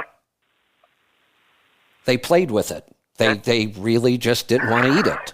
They had it all over themselves, but they really didn't eat it, which I thought was just amazing. And we also know that the health issues we are all facing right now are generational. The longer we eat this poor diet as human beings, the worse health each generation gets. We now have kids under 10 getting type 2 diabetes. That's just insane. Absolutely. No, you're absolutely right. It has become a generational issue, and it can go either way. And it's amazing, as you pointed out, how rapidly the body can heal. It's also, you know, and it's amazing how slow the body degrades. Yeah, multi-generation. Good point. The body is pretty resilient. You can abuse it for quite a long time, and you know, some people can abuse it for longer than others. But you know, obviously, my issue was multi-generational. I mean, I had this thing before. Yep. You know, right before I was 2 years old. Right. And you know, but the body, it did heal, and it did heal pretty rapidly. Once, you know, within a year or so of changing my diet, I was pretty much, I mean, I was still kind of a scrawny little kid, but I was basically a healthy kid. Yeah. Yeah. Whereas, you know, before I couldn't get off the couch, kind of a thing. So the body does heal pretty quickly, even if it's a multi-generational thing. Yeah, it does. And you're not doomed by it. It's exciting to think we may not even know what human potential is right now around health, because we have several generations now that have eaten a poor diet. We know that. It's been 100 years or more for some people. So we don't really know what might happen to my grandkids, children, and grandchildren. If they continue this way, we may see human beings accomplish things that we didn't think were possible.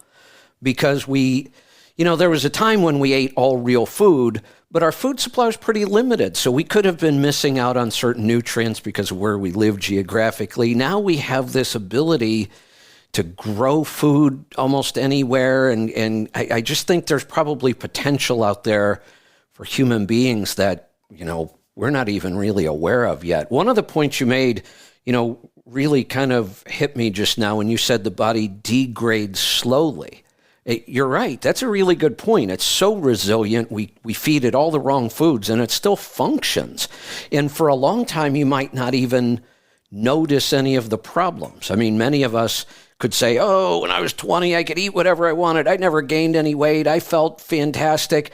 And then in our 30s, not so much. And then in our 40s, we really start to notice things are going downhill. And then but what we've been convinced of is that is normal.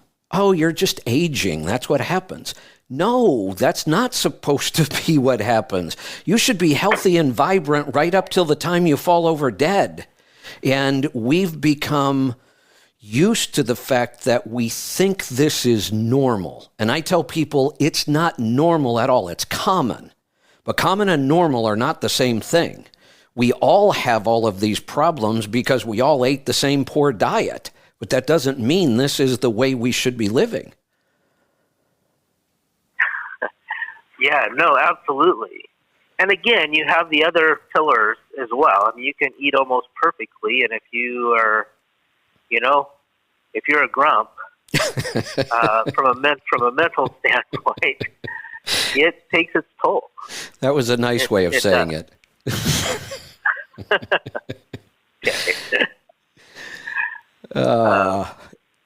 David, I could talk to you all day about this stuff, and I could get selfish and talk to you about soil in the garden and all that, because I love that stuff. And, if you would like to, we'd love to get you back, maybe even have you as a regular guest. We've got a lot of people that are starting to get a lot more interested in the food supply, maybe even learning how to grow some of their own, finding better quality stuff. So I'm looking forward to a lot of that. But one of the things, a couple things I want to do before we wrap this up today. And one, I talked about 3 pieces of this where, our two companies really have a lot of synergy. One, you distribute some of the healthiest food around, and it's an awesome system. 2, the whole farming soil aspect of this that I just absolutely love. But there's another synergy here that is pretty near and dear to my heart. And that's the fact that you guys have an awesome distribution network, and you have truck drivers. I mean, that's how this started. I mean, trucking is kind of near and dear to me. I'm 3rd generation. My grandfather was an owner-operator back when there were wooden benches for seats in the truck. That's not an exaggeration. And he actually leased to one of the big moving companies back then. It probably wasn't very big back then. But he ran some, kind of coast-to-coast stuff. You measured coast-to-coast in weeks back then, not hours or days. That took weeks. And my father started driving a milk truck when he was 14.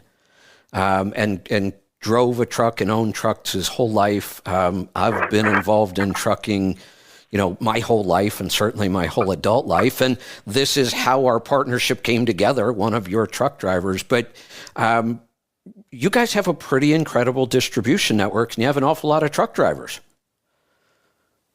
We do, and it's grown a whole lot the past couple years since people have been thinking more about health after COVID came along and some of those things, and eating healthy. And now, of course, with threats to the supply chain and the food supply, people are even more interested about learning how to cook at home and all that. So our business model was right there for that. So we've seen a lot of growth. But what we do is we deliver directly to communities. So we don't deliver like UPS or something to every single house. That would be pretty much impossible. But we go into a community and we deliver to what we call a drop point. So if a bunch of people in one area or one town, and many times we have several drop points in one town, especially if it's a little bit bigger town, but sometimes even smaller ones. But we go in and deliver to a location. A lot of times it's at a church, a Grange Hall. Sometimes it's just at somebody's home where a truck can actually get into. Sometimes it's to a small business in town. But sometimes there's a lot of synergy with particularly an unrelated business or a slightly related business. Like, we'll deliver to a lot of like garden centers or hardware stores or something like that. So with with our drivers, and this is really a lot of fun, but you get to go and deliver. So when we're talking a little bit about, movement, truck driving is one of those things that's a little bit hard to move if you're putting in long days. Well, hey, and with what we're doing, you're unloading the truck. So every few miles you get out, you open the doors, you pull some product to the back, you talk to some customers, there's human interaction, and then you can, then you go off to the next spot. And that's the model. And usually there's people that, are expecting their product that meet you at these locations. And a lot of times, friendships spring up. A lot of, can't tell you how many times, back when I used to drive, it's been quite a few years now, but how many times I was offered cookies or fruit or different things just because the people are already, there's already this synergy. They view you as a friend. I so different than bumping docks where they really just as soon never see you. I just wanted to touch on that, and I don't mean to interrupt you, but that's such a critical point, understanding this industry, because in a lot of drivers' mind right now, one of the things they don't like is dealing with people at docks for a lot of reasons. A lot of those people are stressed. The whole system is kind of a nightmare of delivery, and we get these antagonistic relationships all the time. And so a lot of times when drivers hear this multiple stop, they think multiple problems. I want to let them know that this is a different world. What you just described, the people you are delivering this food to, they are waiting for you. They are excited to see you come, and they're happy that you're there. And that's unusual in trucking. We don't see that very often. Yeah, no, a lot of them are bringing their kids with them. You see the kids jumping up and down in the seat. It's sometimes cool. Yeah, Really. yeah. It's a very different world. My experience in trucking, I started at 22, bought a truck, and just the circumstance. I had a brother that had been in the industry forever. Just about everybody in my family is, and I had an opportunity to do local work. Not food related, but similar, that I would have multiple stops every day, sometimes as many as 15 deliveries and 10 or 15 pickups. That's a lot to do in a semi-truck in a day, but I absolutely loved it. Of all the different things I've done in trucking over the years, if I went back, I would want to go back to something like that, a multi-stop. It's more interesting, it's more active, and I didn't even know jobs like yours existed when I was driving. But if I went back now, I would want to go work for you. I would be so involved in the food side and the people side and all those. I mean, that to me just sounds like the ultimate driving job for me. Well, you certainly get to meet a lot of people, and most everyone has at least some interest in healthy food. Otherwise, they wouldn't be, right. ordering them. Some people are doing it more as a cost savings because they have larger families and they need to, buy in bulk. Hey. But so those are kind of the two aspects that we see out on the road. You just brought up a point that I'm glad you brought up, and I kind of forgot about. We tend to look at grocery shopping as either, you kind of go to the grocery store and you can buy whatever quantity you want, except bulk. Most grocery stores, you can't buy bulk. It's kind of difficult. They just don't offer it. So then we go to the warehouse clubs and we buy in bulk, but you can't get, small quantities. So now you're looking at, boy, do I really need, 15 pounds of walnuts? Your system I absolutely love because I can order multiple different quantity sizes of almost everything. up to easily being able to buy bulk when I want it or need it. Yeah, no, absolutely, and that's one of the pieces to this model, almost from the very beginning, is to support folks that have larger families or want to save money by buying in bulk.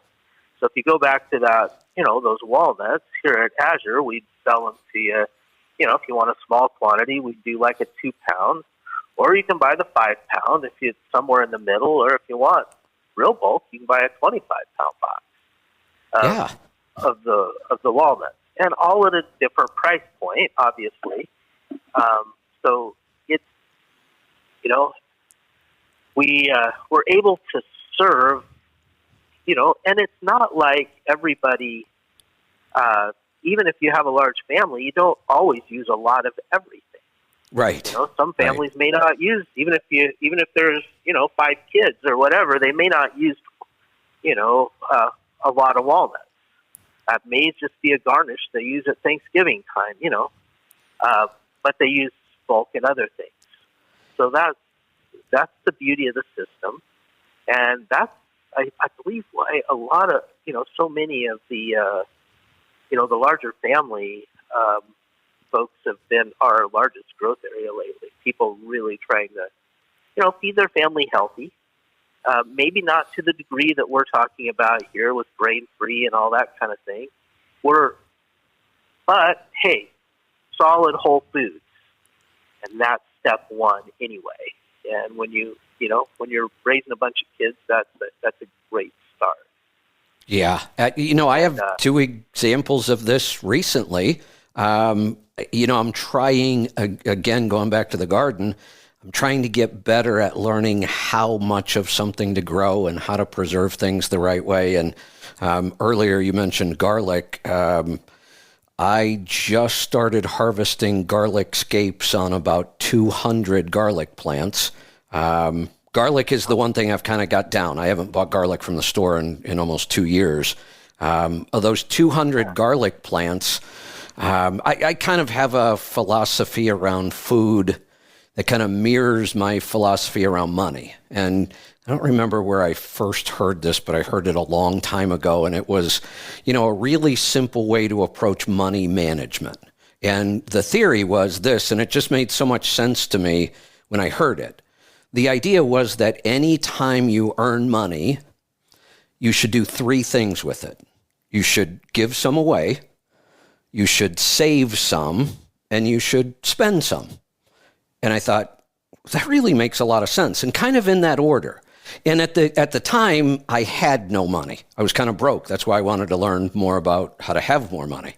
And the thought of giving something away that I didn't feel like I had enough of, that seemed crazy to me.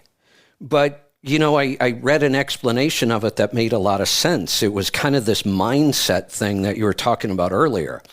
If I am confident enough that I can give away something I may not think I have enough of right now, something magical kind of happens. It's somehow you start to gain more of it, and I can't even explain how sometimes.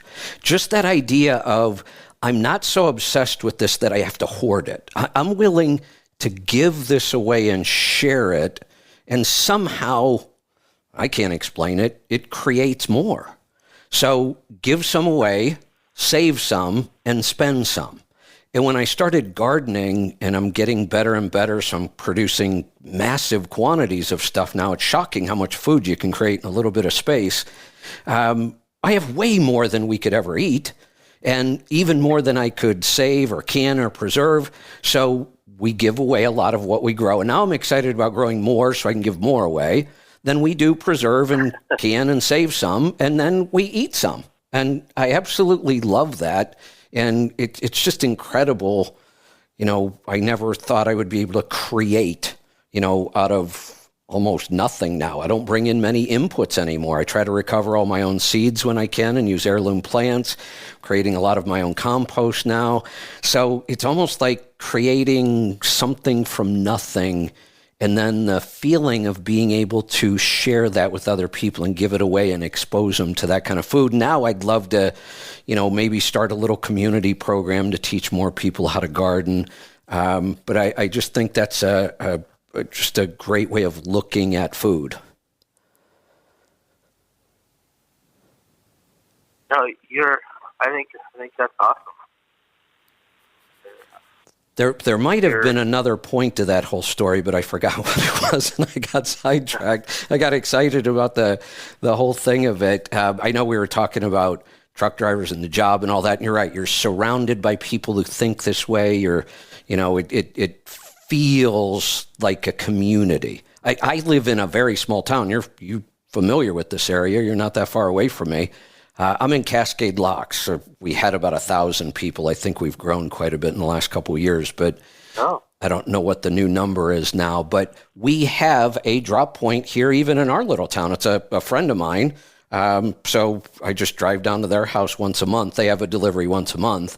And then the other 3 weeks, I just go to Hood River because you have a great drop point there in Hood River too. So the driving part of this, you guys are growing a lot. I understand trucking. I've been involved in it a long time. I have to believe that you have some challenges around drivers. Yeah, no, it's it's not for everybody. It's work. But most of the drivers that we have, once they've done it for a little while, they're hooked. Yeah. It's a long-term gig. I mean, some of Rick that told me about you. Shoot, I think he's been with us for almost 20 years. Wow. Doing these deliveries. It's really it's something that hey, if you get past the first couple weeks and understand what it is you're doing, it becomes a lot of fun. And but yes, with the growth that we've had, finding somebody when you tell them, oh yeah, you'll probably have 20 stops a day, right? Suddenly, that's a little different. Nobody, you think about that from a traditional trucking standpoint, and that sounds like not a good gig. So when we're, yes, we're looking for some more drivers. The ones that we have are working really extra hard right now just because of the additional volume. And I'd rather, hey, I want to be more as family friendly as we can. We need to give those guys a little bit. We need to infuse a few more drivers in there so people have, time with their families as much as they need.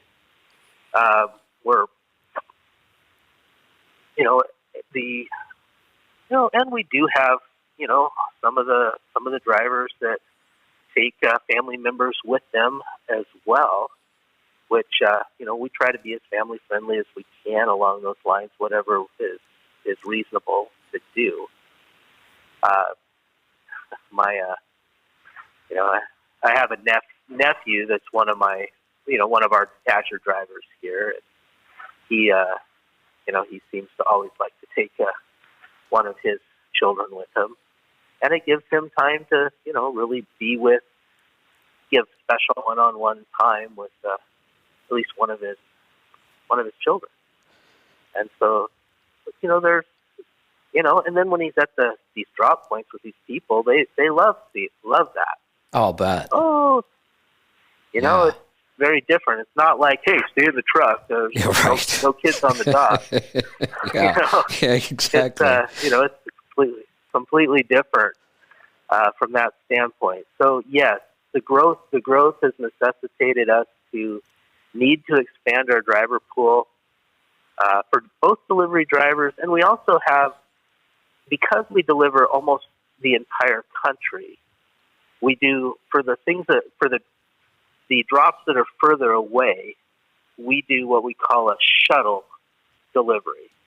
So we have those are actually trucks that load up and take it cross country. And then they meet up with the driver that's, say, in the southeast. So they might meet that guy in Atlanta, or, just throwing that out there off the top of my head. But so they go, and a lot of times we'll just back those trailers up back to back, throw electric pallet jack throw a dock plate down, and then with the electric pallet jack, we move the product from the shuttle truck to the delivery truck. And the delivery trucks are set up, the trailers are set up a little differently. They have front doors because we deliver frozen as well. Yeah. And so then you put the frozen up front behind a bulkhead, and then you have a front door, and then the rest of it is for the refrigerated stuff. We pretty much just refrigerate all the dry stuff out on the delivery side. And then that truck then is empty, and he can, reload something else, or a lot of times we reload those with our own, with backhauls of incoming product, and then bring those back. So we also have the need for a few more what I'm calling shuttle drivers. So those guys wouldn't make so many stops. Maybe not quite as much fun, but at least it's a lot better than just dock-to-dock stuff. Yeah. And then, but sometimes you do hit docks on the way back, picking up incoming product. Yeah. Okay, that makes sense. Bring back a load of rice. If we're going to Atlanta, maybe we go to Louisiana, pick up a load of rice, and come back. Yeah. Or, just off the top of my head, something along those lines. Got it. So you hire drivers virtually all over the country. Got a couple options. The shuttle drivers isn't quite as many stops, still interesting, and you're not in that conventional kind of trucking where, you're waiting in lines everywhere to get a door. And so there's still so many things I'd love to talk to you about, but I want to get this one out because I know a lot of people are probably asking right now, if somebody were interested in driving for you, what's their first step? Well, hey, give us a call, or an email, or whatever. I have right now. I have James has been talking with people first, and I can give you his cell number. So if people want to just contact him directly, sure. But you're always welcome to just to call our main line and ask. But James is James Basinger, and he is at 541-788-4773. And that's his cell number, and he's the one who would be able to give you, all the details and the particulars and anything, what's required, for as far as what we can insure and what we can't, and all that fun stuff. Yeah. Excellent. One more time, it was James. Give out that number. I want to write it down too, because I know people are going to be asking me for it. Yeah, James Basinger, 541-788-4773.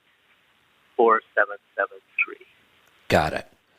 All right. That was 4773, right? That's right. Got it. Perfect. Because I'm sure I'm going to get requests for it, and give everybody a chance to write that down. I think this is one of those driving opportunities that is really unique. Like I said, this would be right down my alley. I would love this. And a lot of drivers don't even realize an opportunity like this even exists. So, I'm grateful for our partnership. We can bring this to our tribe. Like I said, the three legs of this I love. The healthy food, the soil and farming part, gardening for me, kind of selfishly, I like that part. And I have a question for you on that too. And the driving part, the trucking part of this is a huge part of your operation. and such a unique opportunity to be able to use your skills as a truck driver in a different setting that I think a lot of people would be very happy with. Yeah, and the other cooler part is you're delivering healthy food to families, and hey, making long term, at least in my belief system, it's making a long term difference. Absolutely. In the health of the whole nation as we think, eat better, we think straighter, we make better decisions. This yogurt that we're making out of all that high quality Alexander Farm dairy, one of them is a specific strain of bacteria that we now know does specific things in our body. And I love this one because it actually increases oxytocin, the love hormone. That's the stuff that makes us want to connect with other human beings. I think it also makes us connect with babies and tiny animals, and we want to protect them. And this yogurt actually increases the oxytocin, the love hormone. Doesn't our world need a whole lot more of that right now? That sure wouldn't hurt a thing, that's for sure. Yeah. So here's something else I love about, kind of the human spirit. One of the things we have certainly seen here on this show, somebody comes to us, they're very unhealthy. They have all the typical, that acronym for the standard American diet, SAD. We could also say that if you eat the SAD, the standard American diet, you should just be prepared to take the SAD, the standard American drugs, and then you're still going to get the SAD, the standard American diseases. So these people come to us and we know what's wrong with them. We know how to fix it. If they do these things, it works virtually every time. The one thing I love, almost everybody, when they experience this, they want to share it. I love that. They call me back. I'm so happy. I'm so healthy. I wish I could get my brother-in-law to do this. I wish I could get my son, my daughter, my wife. It's one of our biggest challenges. It really is really difficult. And I'm not sure the best way to do it. But, it's, again, the more involved you are in communities like this, to have a job where you get to do this, that's how we're going to spread this. It's going to be awesome as we move through that.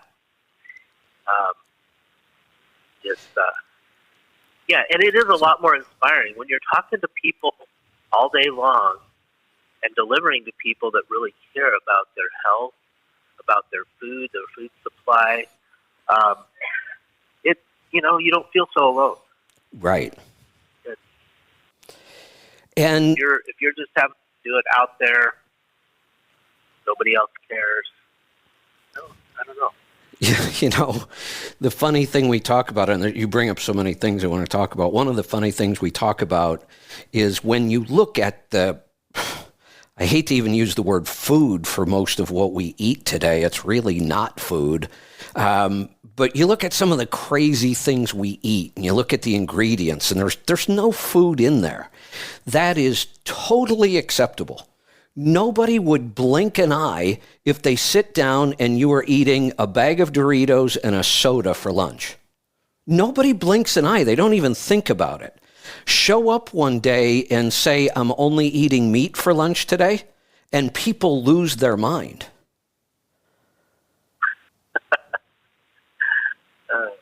We're so backwards on this. It's just incredible.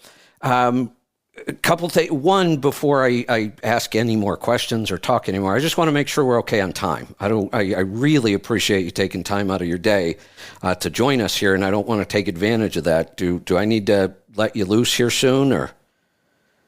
Oh, well, it's no problem. I don't know how long your show normally goes for. I don't want to go over. Oh, I'm not really big on. I'm not really big on rules. We go as long as we want. Okay. I just wanted to make sure I wasn't taking advantage of your time. And I just have a couple more things. And again, we can talk about it later. I'd love to get you back, at times and talk more about this. But one of the things I'd love to know, I'm fascinated by business. I've kind of been, self-employed and had multiple businesses my whole life. I read books about business. I'm just fascinated by those stories. So I'm thinking back to, so you grew up on the farm, you went through that whole change, moving to organic and natural, kind of through your childhood. At some point, this farm became Azure Standard. Tell us about that. You've built such an incredible business here from almost nothing. Tell us about how that came about and what that was like. Well, after my dad, he started farming organically in '73. Like you pointed out, there was no certification agency. The name wasn't very well known.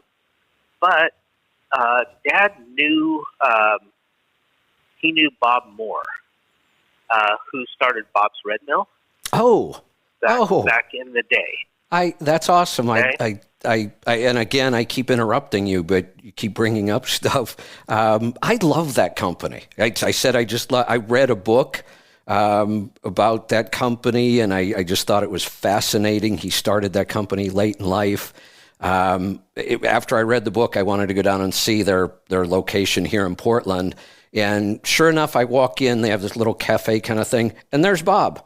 Was he there? He was there. I guess he's there all the time. He's, always wandering around, and just an awesome guy. And then the fact that he basically gave the company to all the employees, I just think is incredible. Yeah.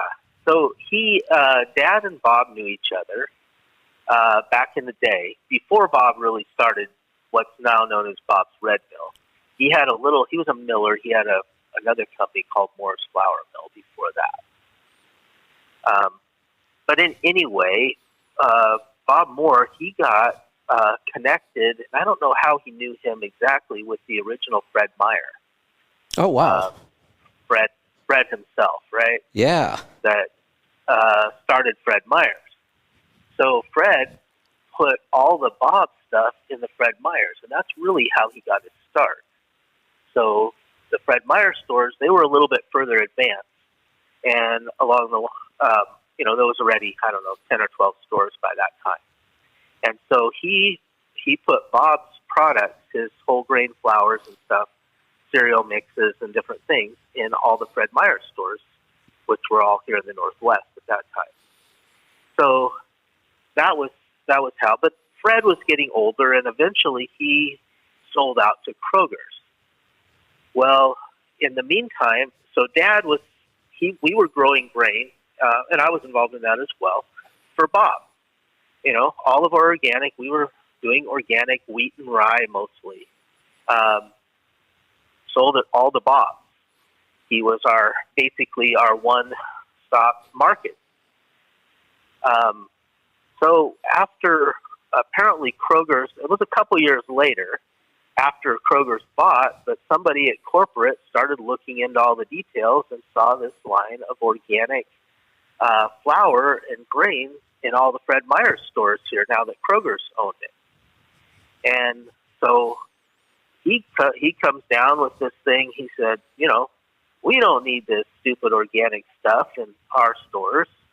This is like, we're talking mid to late 80s. Wow. Boy, I think you got that one wrong. You got that one wrong. But he told Bob, he said, Bob, I'll keep your products in here, but I need it cheaper, and I don't want any organic stuff. So Bob dutifully switched to all conventional on all his flour and stuff that he was selling into Fred Meyer's. Well, that basically dried up the entire organic market for us. Wow. So this is this happened in November. Well, we plant the rye and wheat stuff we were growing for Bob's. We plant that in September. Come November, we get a call from Bob's apologizing profusely, but he basically says he has no market for our stuff anymore because Kroger's just nicked him. So now we're stuck with a whole crop of grain with no home. And so I always tell people I was young and stupid at that time. So I figured somebody bought it. I need to go find out where that was. So Yeah. I went out. I went out and started going to co-ops and little food stores and stuff like that all around the Northwest. And and pitched them, hey, do you want to buy some flour? And I found somebody to custom grind the wheat and rye and stuff for us up in Yakima, old stone mill, and it was kind of cool.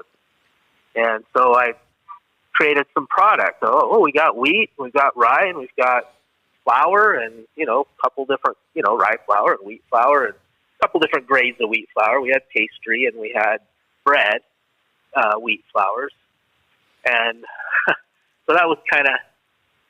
So I would go around to these places, and here I've got thousands of bushels to deal with, tens of thousands. But I get the answer, well, I'll take 3 or 4 bags a week. Like, 3 or 4 bags a week? How long is that going to take? Yeah. But finally, I compiled enough of them, and again, it wasn't a big thing, and we certainly weren't able to move all of our products that way. We had to find some other markets. But I started telling them, hey, how about every other week? I'll deliver every other week to you guys. So then I made this route. Like I came here from Dufur, I went down to Tri-Cities, over to Ellensburg, Yakima, Ellensburg, Seattle, back down I-5 to Portland and back. And then the following week, it usually takes me 2 days to do that run. This is just in a pickup. I didn't have a truck yet at that point. Yeah. And then the next week I did, I'd go like Finn, Eugene, and back to Portland that way. And so then they get delivery every other week. So I loaded up the pickup every week and made all these deliveries of mostly wheat and flour. Well, 2 things happened. Number one is some of those stores started asking for other things. Hey, you got lentils, you got beans, you got, do you ever do that? Well, I didn't grow those things, but, I've been in the organic industry since I was fairly, an adolescent. And so I said, well, I know somebody who grows organic lentils out in, over by Spokane. I can probably work with him and get you some. And then, so I started adding some items to our mix. And then the other thing that happened is this was more friends and family at the very beginning. But, I had all these people, we had a lot of family over in Central Washington, like Yakima and Ellensburg and stuff like that. And they had a lot of friends. And I was doing these routes, so, sometimes I'd stop and spend the night there or whatever. So they would keep asking me, hey, you're going to be going to Portland next week. Can you stop and pick me up some spices or some nuts or something that they couldn't get in their area? Yeah.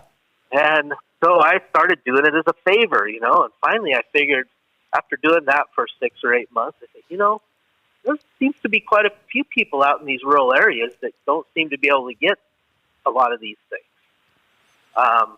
So I put together my first catalog. And this was kind of almost 2 separate things, but I was using the same truck to do it on. One, I was delivering this bulk food, bulk grain and beans and stuff to the stores. And number 2, then I put together this little catalog. It was just like 4 pages folded over front and back, Yeah. This catalog. And so I sent out copies to all the people who, the family and the friends that had requested stuff to start with, and said, hey, if anybody else in your area wants this stuff, I'm going to start doing that. So I bought little stock of the things that were most commonly requested. And that was kind of how it started. What an incredible story. Kind of accidental in a way. Yeah. What an incredible story, though. I mean, this is truly a business that was built on pure sweat equity. That was a lot of work. Well, I don't deny that, but I've never been the kind that shied away from work. Yeah, what a great story. The other part of the story that I love, like I said, I read stories like this. I'm fascinated by them. The fact that an event that had to have looked catastrophic to you, losing that one big customer, that one big order, I can't imagine what that felt like, but the company the way it is today probably wouldn't exist if that wouldn't have happened. One of the other stories that jumps out at me like that, Korbel champagne, couple brothers, I think from Italy or something, I forget exactly where, family history of growing table grapes. They moved to California, start a grape farm, they grow table grapes, they're selling them, everything's fine. One year there was just a glut of table grapes. They had a great season, people were getting into it, couldn't find any place to sell their grapes. One of the brothers said, well, let's just take our grapes and make champagne. And now Korbel's a famous champagne. Probably wouldn't have happened had they not had that big challenge. Right. Well, as they say, necessity is the mother of invention. Yeah. So, hey, there's definitely something to be said for that. Absolutely. One more thing, and then I'm going to let you go for today. And like I said, I'd love to talk to you about coming back and maybe even make this a regular thing. And this question's a little selfish on my part, but because you understand the whole regenerative farming, the soil, all the conditions, and you're familiar with this area, is Cascade Locks and even, other parts of the gourd like these weird little microclimates? Well, Cascade Locks is definitely a microclimate. I mean, it is nothing like we are here. Right. And we're only about 8 feet of rain a year, I think. And we're only we get about 8 inches. And we're only like 45 miles apart. We're maybe a little more for you. I'm thinking of the Dalles kind of area, but we're not that far apart. That is correct. Yeah. But as I understand it, doesn't Cascade Locks get like 5 feet of rain or something like that? We do. I don't know the exact number either. It's a lot, though. But the weird thing about it, we tend to get all of that rain concentrated into about 8 months of the year. And then we have summers, we've had several since I've been living here the last 10 years, where we have gone 100 days with no rain. Just pure sunshine and blue skies. And as long as you can get enough water into your garden, it is just awesome growing conditions. This year, you're aware, this has been a really weird spring for us. I mean, it feels like summer just started this week finally. Things are finally starting to grow in the garden. But, when I look at like the hardiness zone, we're an 8B. And yet, most of zone 8 is kind of like deep south where they have this long... Yeah, that's California. Yeah, in Texas, I think, even parts of Texas are like 8B or Arizona.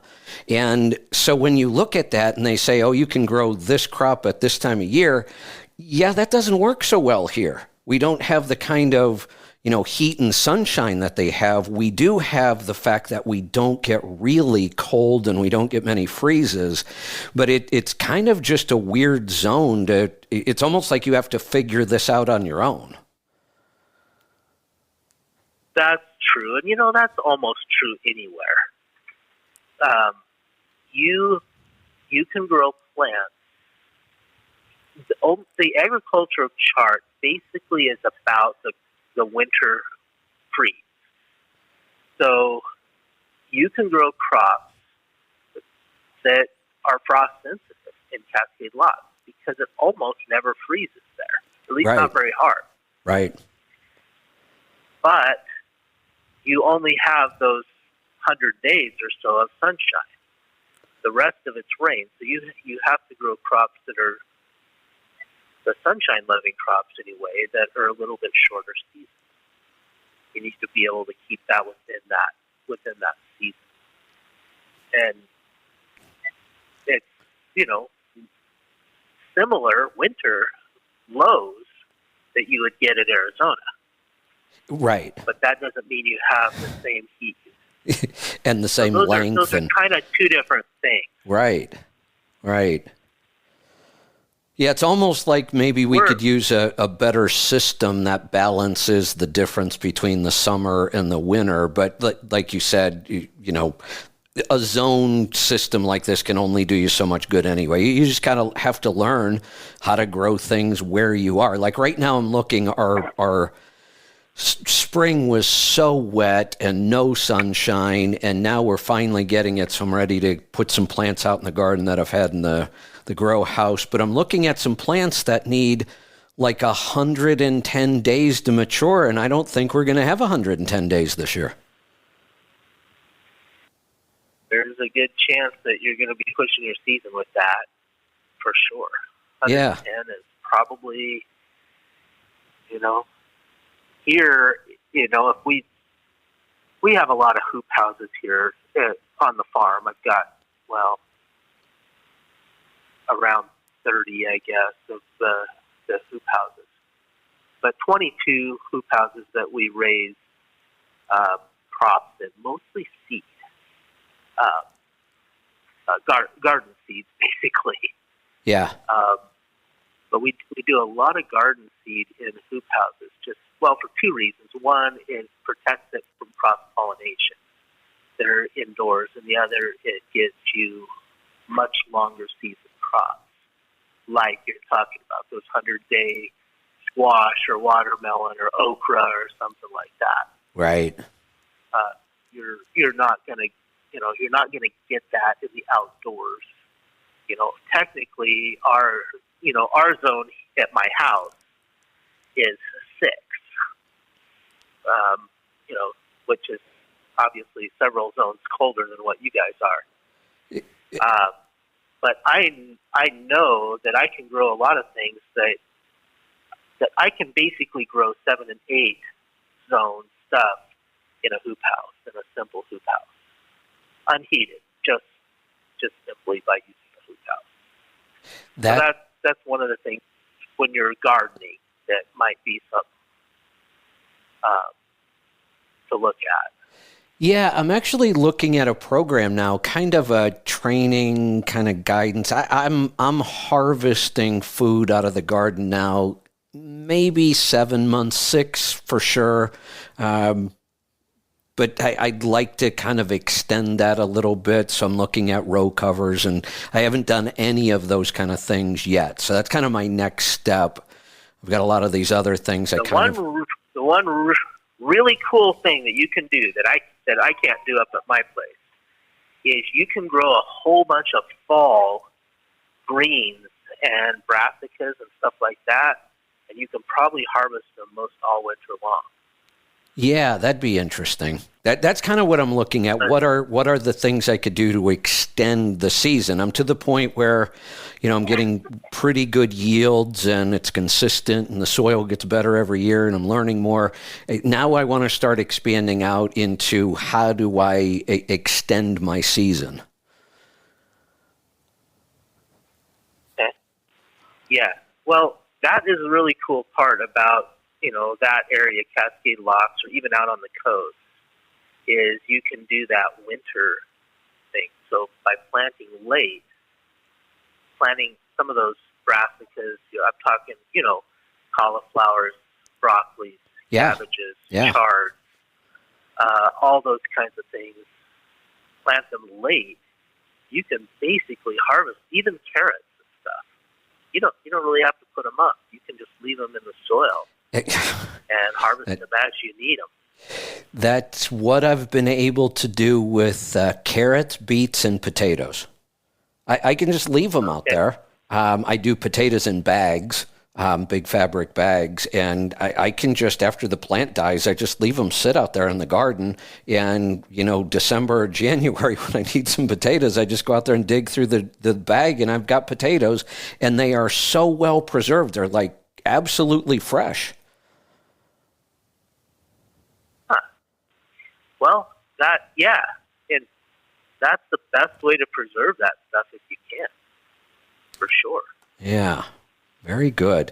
All right, David, again, thank you so much. I appreciate your time today. I know how busy you are, and I'm excited about our partnership. I think there's so many synergies here, and I'd love to get you back on the show in the future.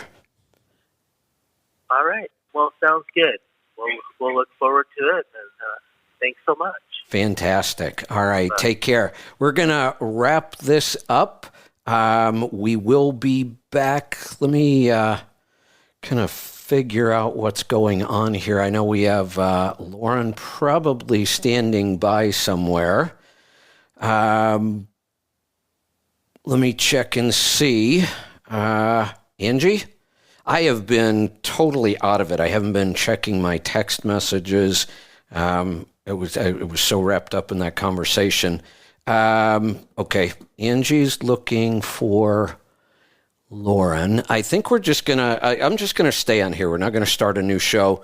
We'll just roll into after hours as soon as we find Lauren here. So if you have questions, now would be a great time to jump in, and I'll answer questions, and then we'll get Lauren in here, and I'm sure her and I will have some things to talk about, and then we'll take more of your questions. So dial us up. We're back to a health free-for-all here. If you have any questions, I could answer about Azure.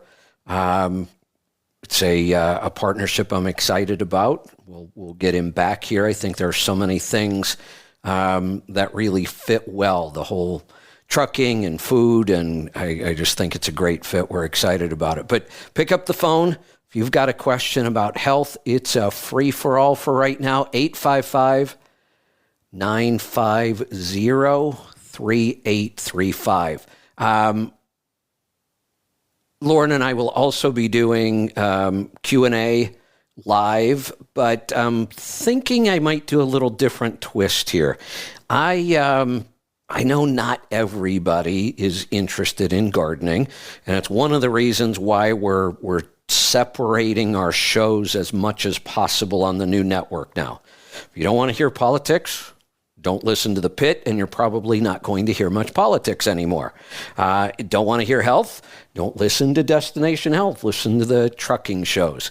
But I was surprised when I did some things on gardening, how much feedback I got.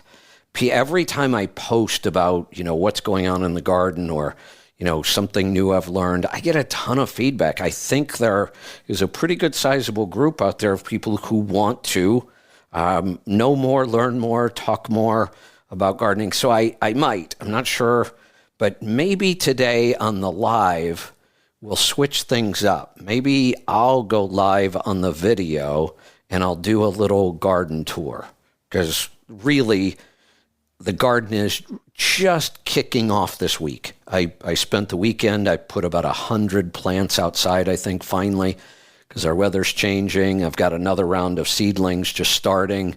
Maybe I'll just do a quick garden tour on video, and we'll have Lauren on the chat part answering questions. I don't know. We'll see how that goes. I'm not sure what's going on. I saw a couple calls coming in. I saw a couple calls disappear. So, not sure what we're doing yet, but go ahead and dial us up. We can't seem to get a hold of Lauren for some reason. So if we don't get any questions here in the next couple of minutes, or we don't find Lauren, I'll probably end this show and then we'll kind of regroup. I really didn't expect the interview with David to go as long as it did, but it was just, for me anyway, really interesting stuff. I think it's just a great story, and I love their business model. Oh, you know what? Maybe today was the day Lauren told me I was kind of on my own. I think it is. I should probably pay more attention to that kind of stuff, but I think Lauren sent me an email. We're going to assume that Lauren is busy today. So I'll give you a couple more minutes. If you want to ask any questions, dial us up right now, 950-3835. And I'm looking at the clock. Well, let's see. I'll see if we get any calls. If we do, I'll take them. And then at some point when I'm ready to end this free-for-all, I'll pick a time. And since Lauren isn't here today and we're not going to do after hours, I'll do a garden tour. I don't know if I was supposed to prepare something for after hours or not. Maybe I was. But I'm making an executive decision, and we'll just do a garden tour. And then when I'm done with the video part of it, I'll just kind of walk you around the garden, and we'll look at stuff and see what's growing, and I'll talk about some of the techniques I've been using and show you there's really nothing much going on in the grow house right now because I just planted about probably about 100 more seedlings. More tomatoes, more peppers, and I started beans. This is about the right time to start beans. I like to plant my beans earlier or later when we start to get some real heat. And I think I have like pumpkins and gourds, but nothing's germinating yet, so it's kind of boring in the grow house right now. But there's a lot going on out in the garden.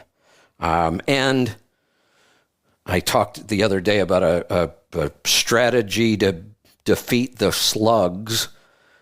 They were devouring my garden. That's a new problem this year because of all the rain. I've got a solution, and you got to see it. It's kind of incredible. We do have some calls coming in. Let's go to South Carolina. Terrence, welcome to the program. What's up, Kev? That was an amazing interview with that guy. Because I use them. I read up on it before I started buying from them. But my question is what kind of a relationship? Is he just going to come on the show and talk about everything, or you guys got something going with ordering stuff through him? Nothing yet as far as products or anything like that. It's something we might explore. Right now, we're really kind of looking at them as just, like I said, the three pieces fit so well. We surround ourselves with people who are into, good, healthy, natural food, and they're certainly one of the leaders. And then the trucking aspect of it. I just think it's an incredible opportunity. I can't tell you how many private messages I've got from people. I never expected this to happen. And there are truck drivers who now feel guilty about the products they haul. They're hauling corn syrup, and they're like, I feel bad that and I'm like, don't feel bad. People want that stuff, but they're like, nah, I would just feel better if I hauled a product that, I believed in. And I kind of get it. I would probably feel that way too. So here's an opportunity. Yeah, if it were me looking for a driving job, I would love this. See, I'm content with what I'm doing with the dump truck, but I get a drop zone down here, but it's just like, I would imagine they had like something that's shorter, like around South Carolina and North Carolina, and still be home every night. I'm going to give them a call and see what they're about, but because they're supposedly, I heard they're trying to go to the Northeast, up like Maine and all that too. That's not going to help me, but that's a large spread area for what he's got, an incredible story. One guy, a family, to build a network like this I'm just fascinated by it. I think the only place they're not fully into yet is like far north New England. And I assume they're expanding into there as they can. But yeah, that's a huge, every place else in the country, they have a footprint. And like I said, I live in a small town and we have one drop here. And I have looked at the possibility of if there are some products that would, maybe single products that our tribe might be interested in. Maybe at some point we'll talk about maybe we could stock those at our warehouse and ship them out. But we could also make our warehouse a great drop point. So we've talked about that. Because our drop point here in town is only once a month. So we could go 2 weeks away from that drop point and create another one so our little town would have a drop every 2 weeks. Yeah, see, that's what we get. I get every 2 weeks. And what's cool about that is they have another drop point in this town called Loris, which is almost North Carolina, but borderline North Myrtle Beach. And one of my packages got left because I wasn't there to pick it up, and the other people at the other drop zone held it and kept it for me. So it's really a neat. I was going to try and call in and tell them that, how the drop zones work. It's amazing to be able to ship from where they're shipping to get the product. It's pretty neat. But there are some people that are like vultures when that truck comes. I mean, they swarm on it. It's funny as hell. Yeah. I live in a pretty rural area. I don't have a lot of stuff around here. I can't get services like Instacart and DoorDash and all that kind of stuff. But I have at least, the last time I checked, at least 6 possibilities to pick up Azure within 30 miles. Nice. Yeah, I'm still having trouble getting that Alexander's. I've been trying to look for alternatives, but I can't get it. So I haven't had my yogurt in a while. I'm jonesing. I am shocked that that's our biggest problem with this yogurt is finding the good quality dairy that we want. And the other issue too is like Whole Foods has it. Like I live in Myrtle, but I could go up to Florence, but you call them and they're like, "Oh, well, we only have 1 case." And well, can you hold? No, because you don't blame them. They want to sell it, but I'm Right. like, I don't want to drive all the way up to Florence, for one quart. It's just Yeah. I'll get it figured out though. All right, I'll let someone else get it. Great, that's great guy to get it. I mean, it's amazing because I read up on him, man. It's amazing how they got that going, and pretty neat logistics on it too. Yeah, just an incredible story. And then I didn't know about the tie-in with Bob's Red Mill.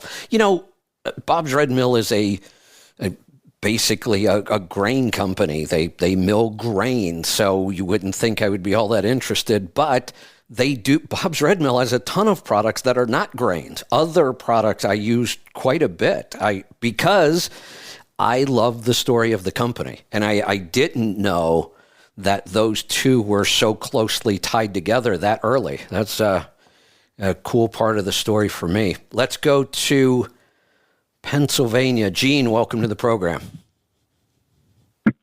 Yes, Kevin.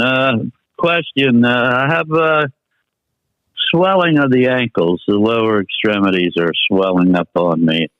And I'm basically keto and carnivore, more towards carnivore, but keto. And I've been doing that for about a year. Any suggestions? Yeah, so tell me about the results. So what was your health like before going keto, and then tell me what kind of things changed in the last year. Okay, about a year ago, I had a UroLift done, which did not work very well. You are the UroLift is a process. I just want to jump in here because I've seen this commercial on TV for the UroLift. It's for men. The whole process sounds barbaric to me, but anyway, you are the second person that I've heard of that did not have a good experience with that procedure. Yes, it was a money grab is all I can see. And that's what it sounds like. The urologist that did the operation 3 months after he did it, he died at 59 years of massive heart failure. Oh, great. Yeah. And he also had a $30,000 a month alimony payment. So I guess he wanted to do a lot of operations. Oh, my God. And the other thing, I had a cardiologist here about, 2.5, 3 years ago. He said my heart all looked good. I had no bad valves or anything, but there was something he was looking at he couldn't see properly, so they went in and did their examination and found out a little vein that was blocked, so they shoved a stent in me.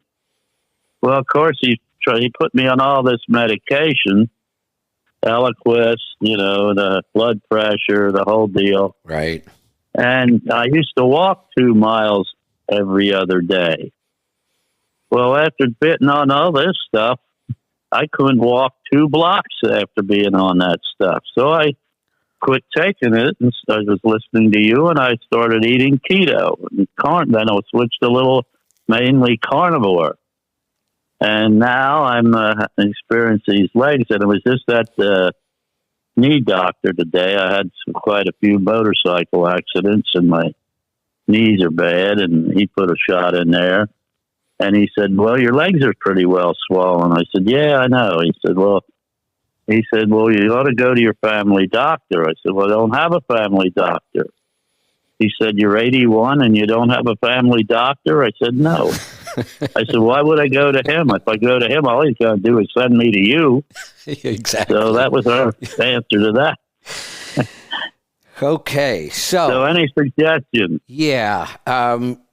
This could be something as simple as a mineral imbalance. Are you taking any mineral supplements like Light Balance or anything like that?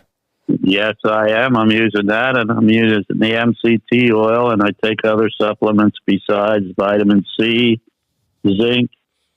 That's and that's a few others. So I take the Cardio Miracle too.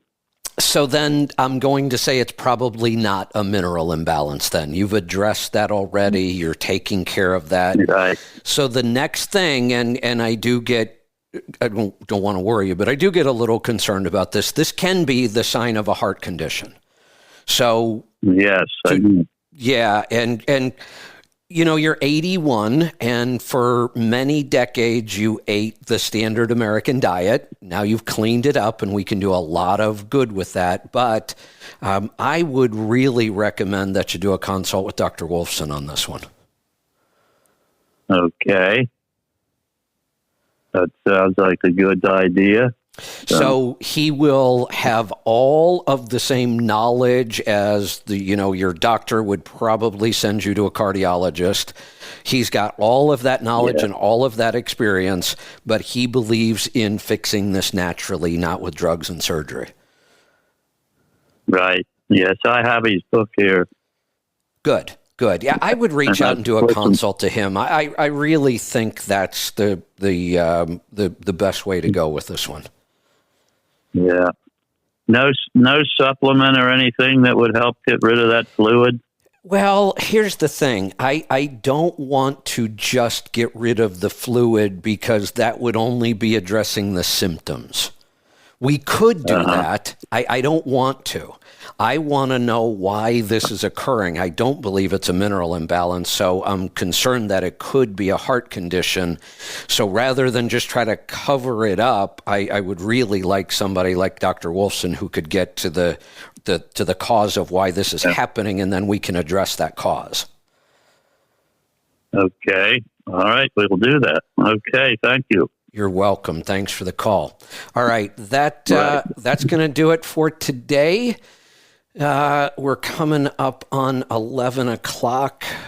So I think here's what we're going to do. I'm going to take a break. It's been 3 hours with no breaks.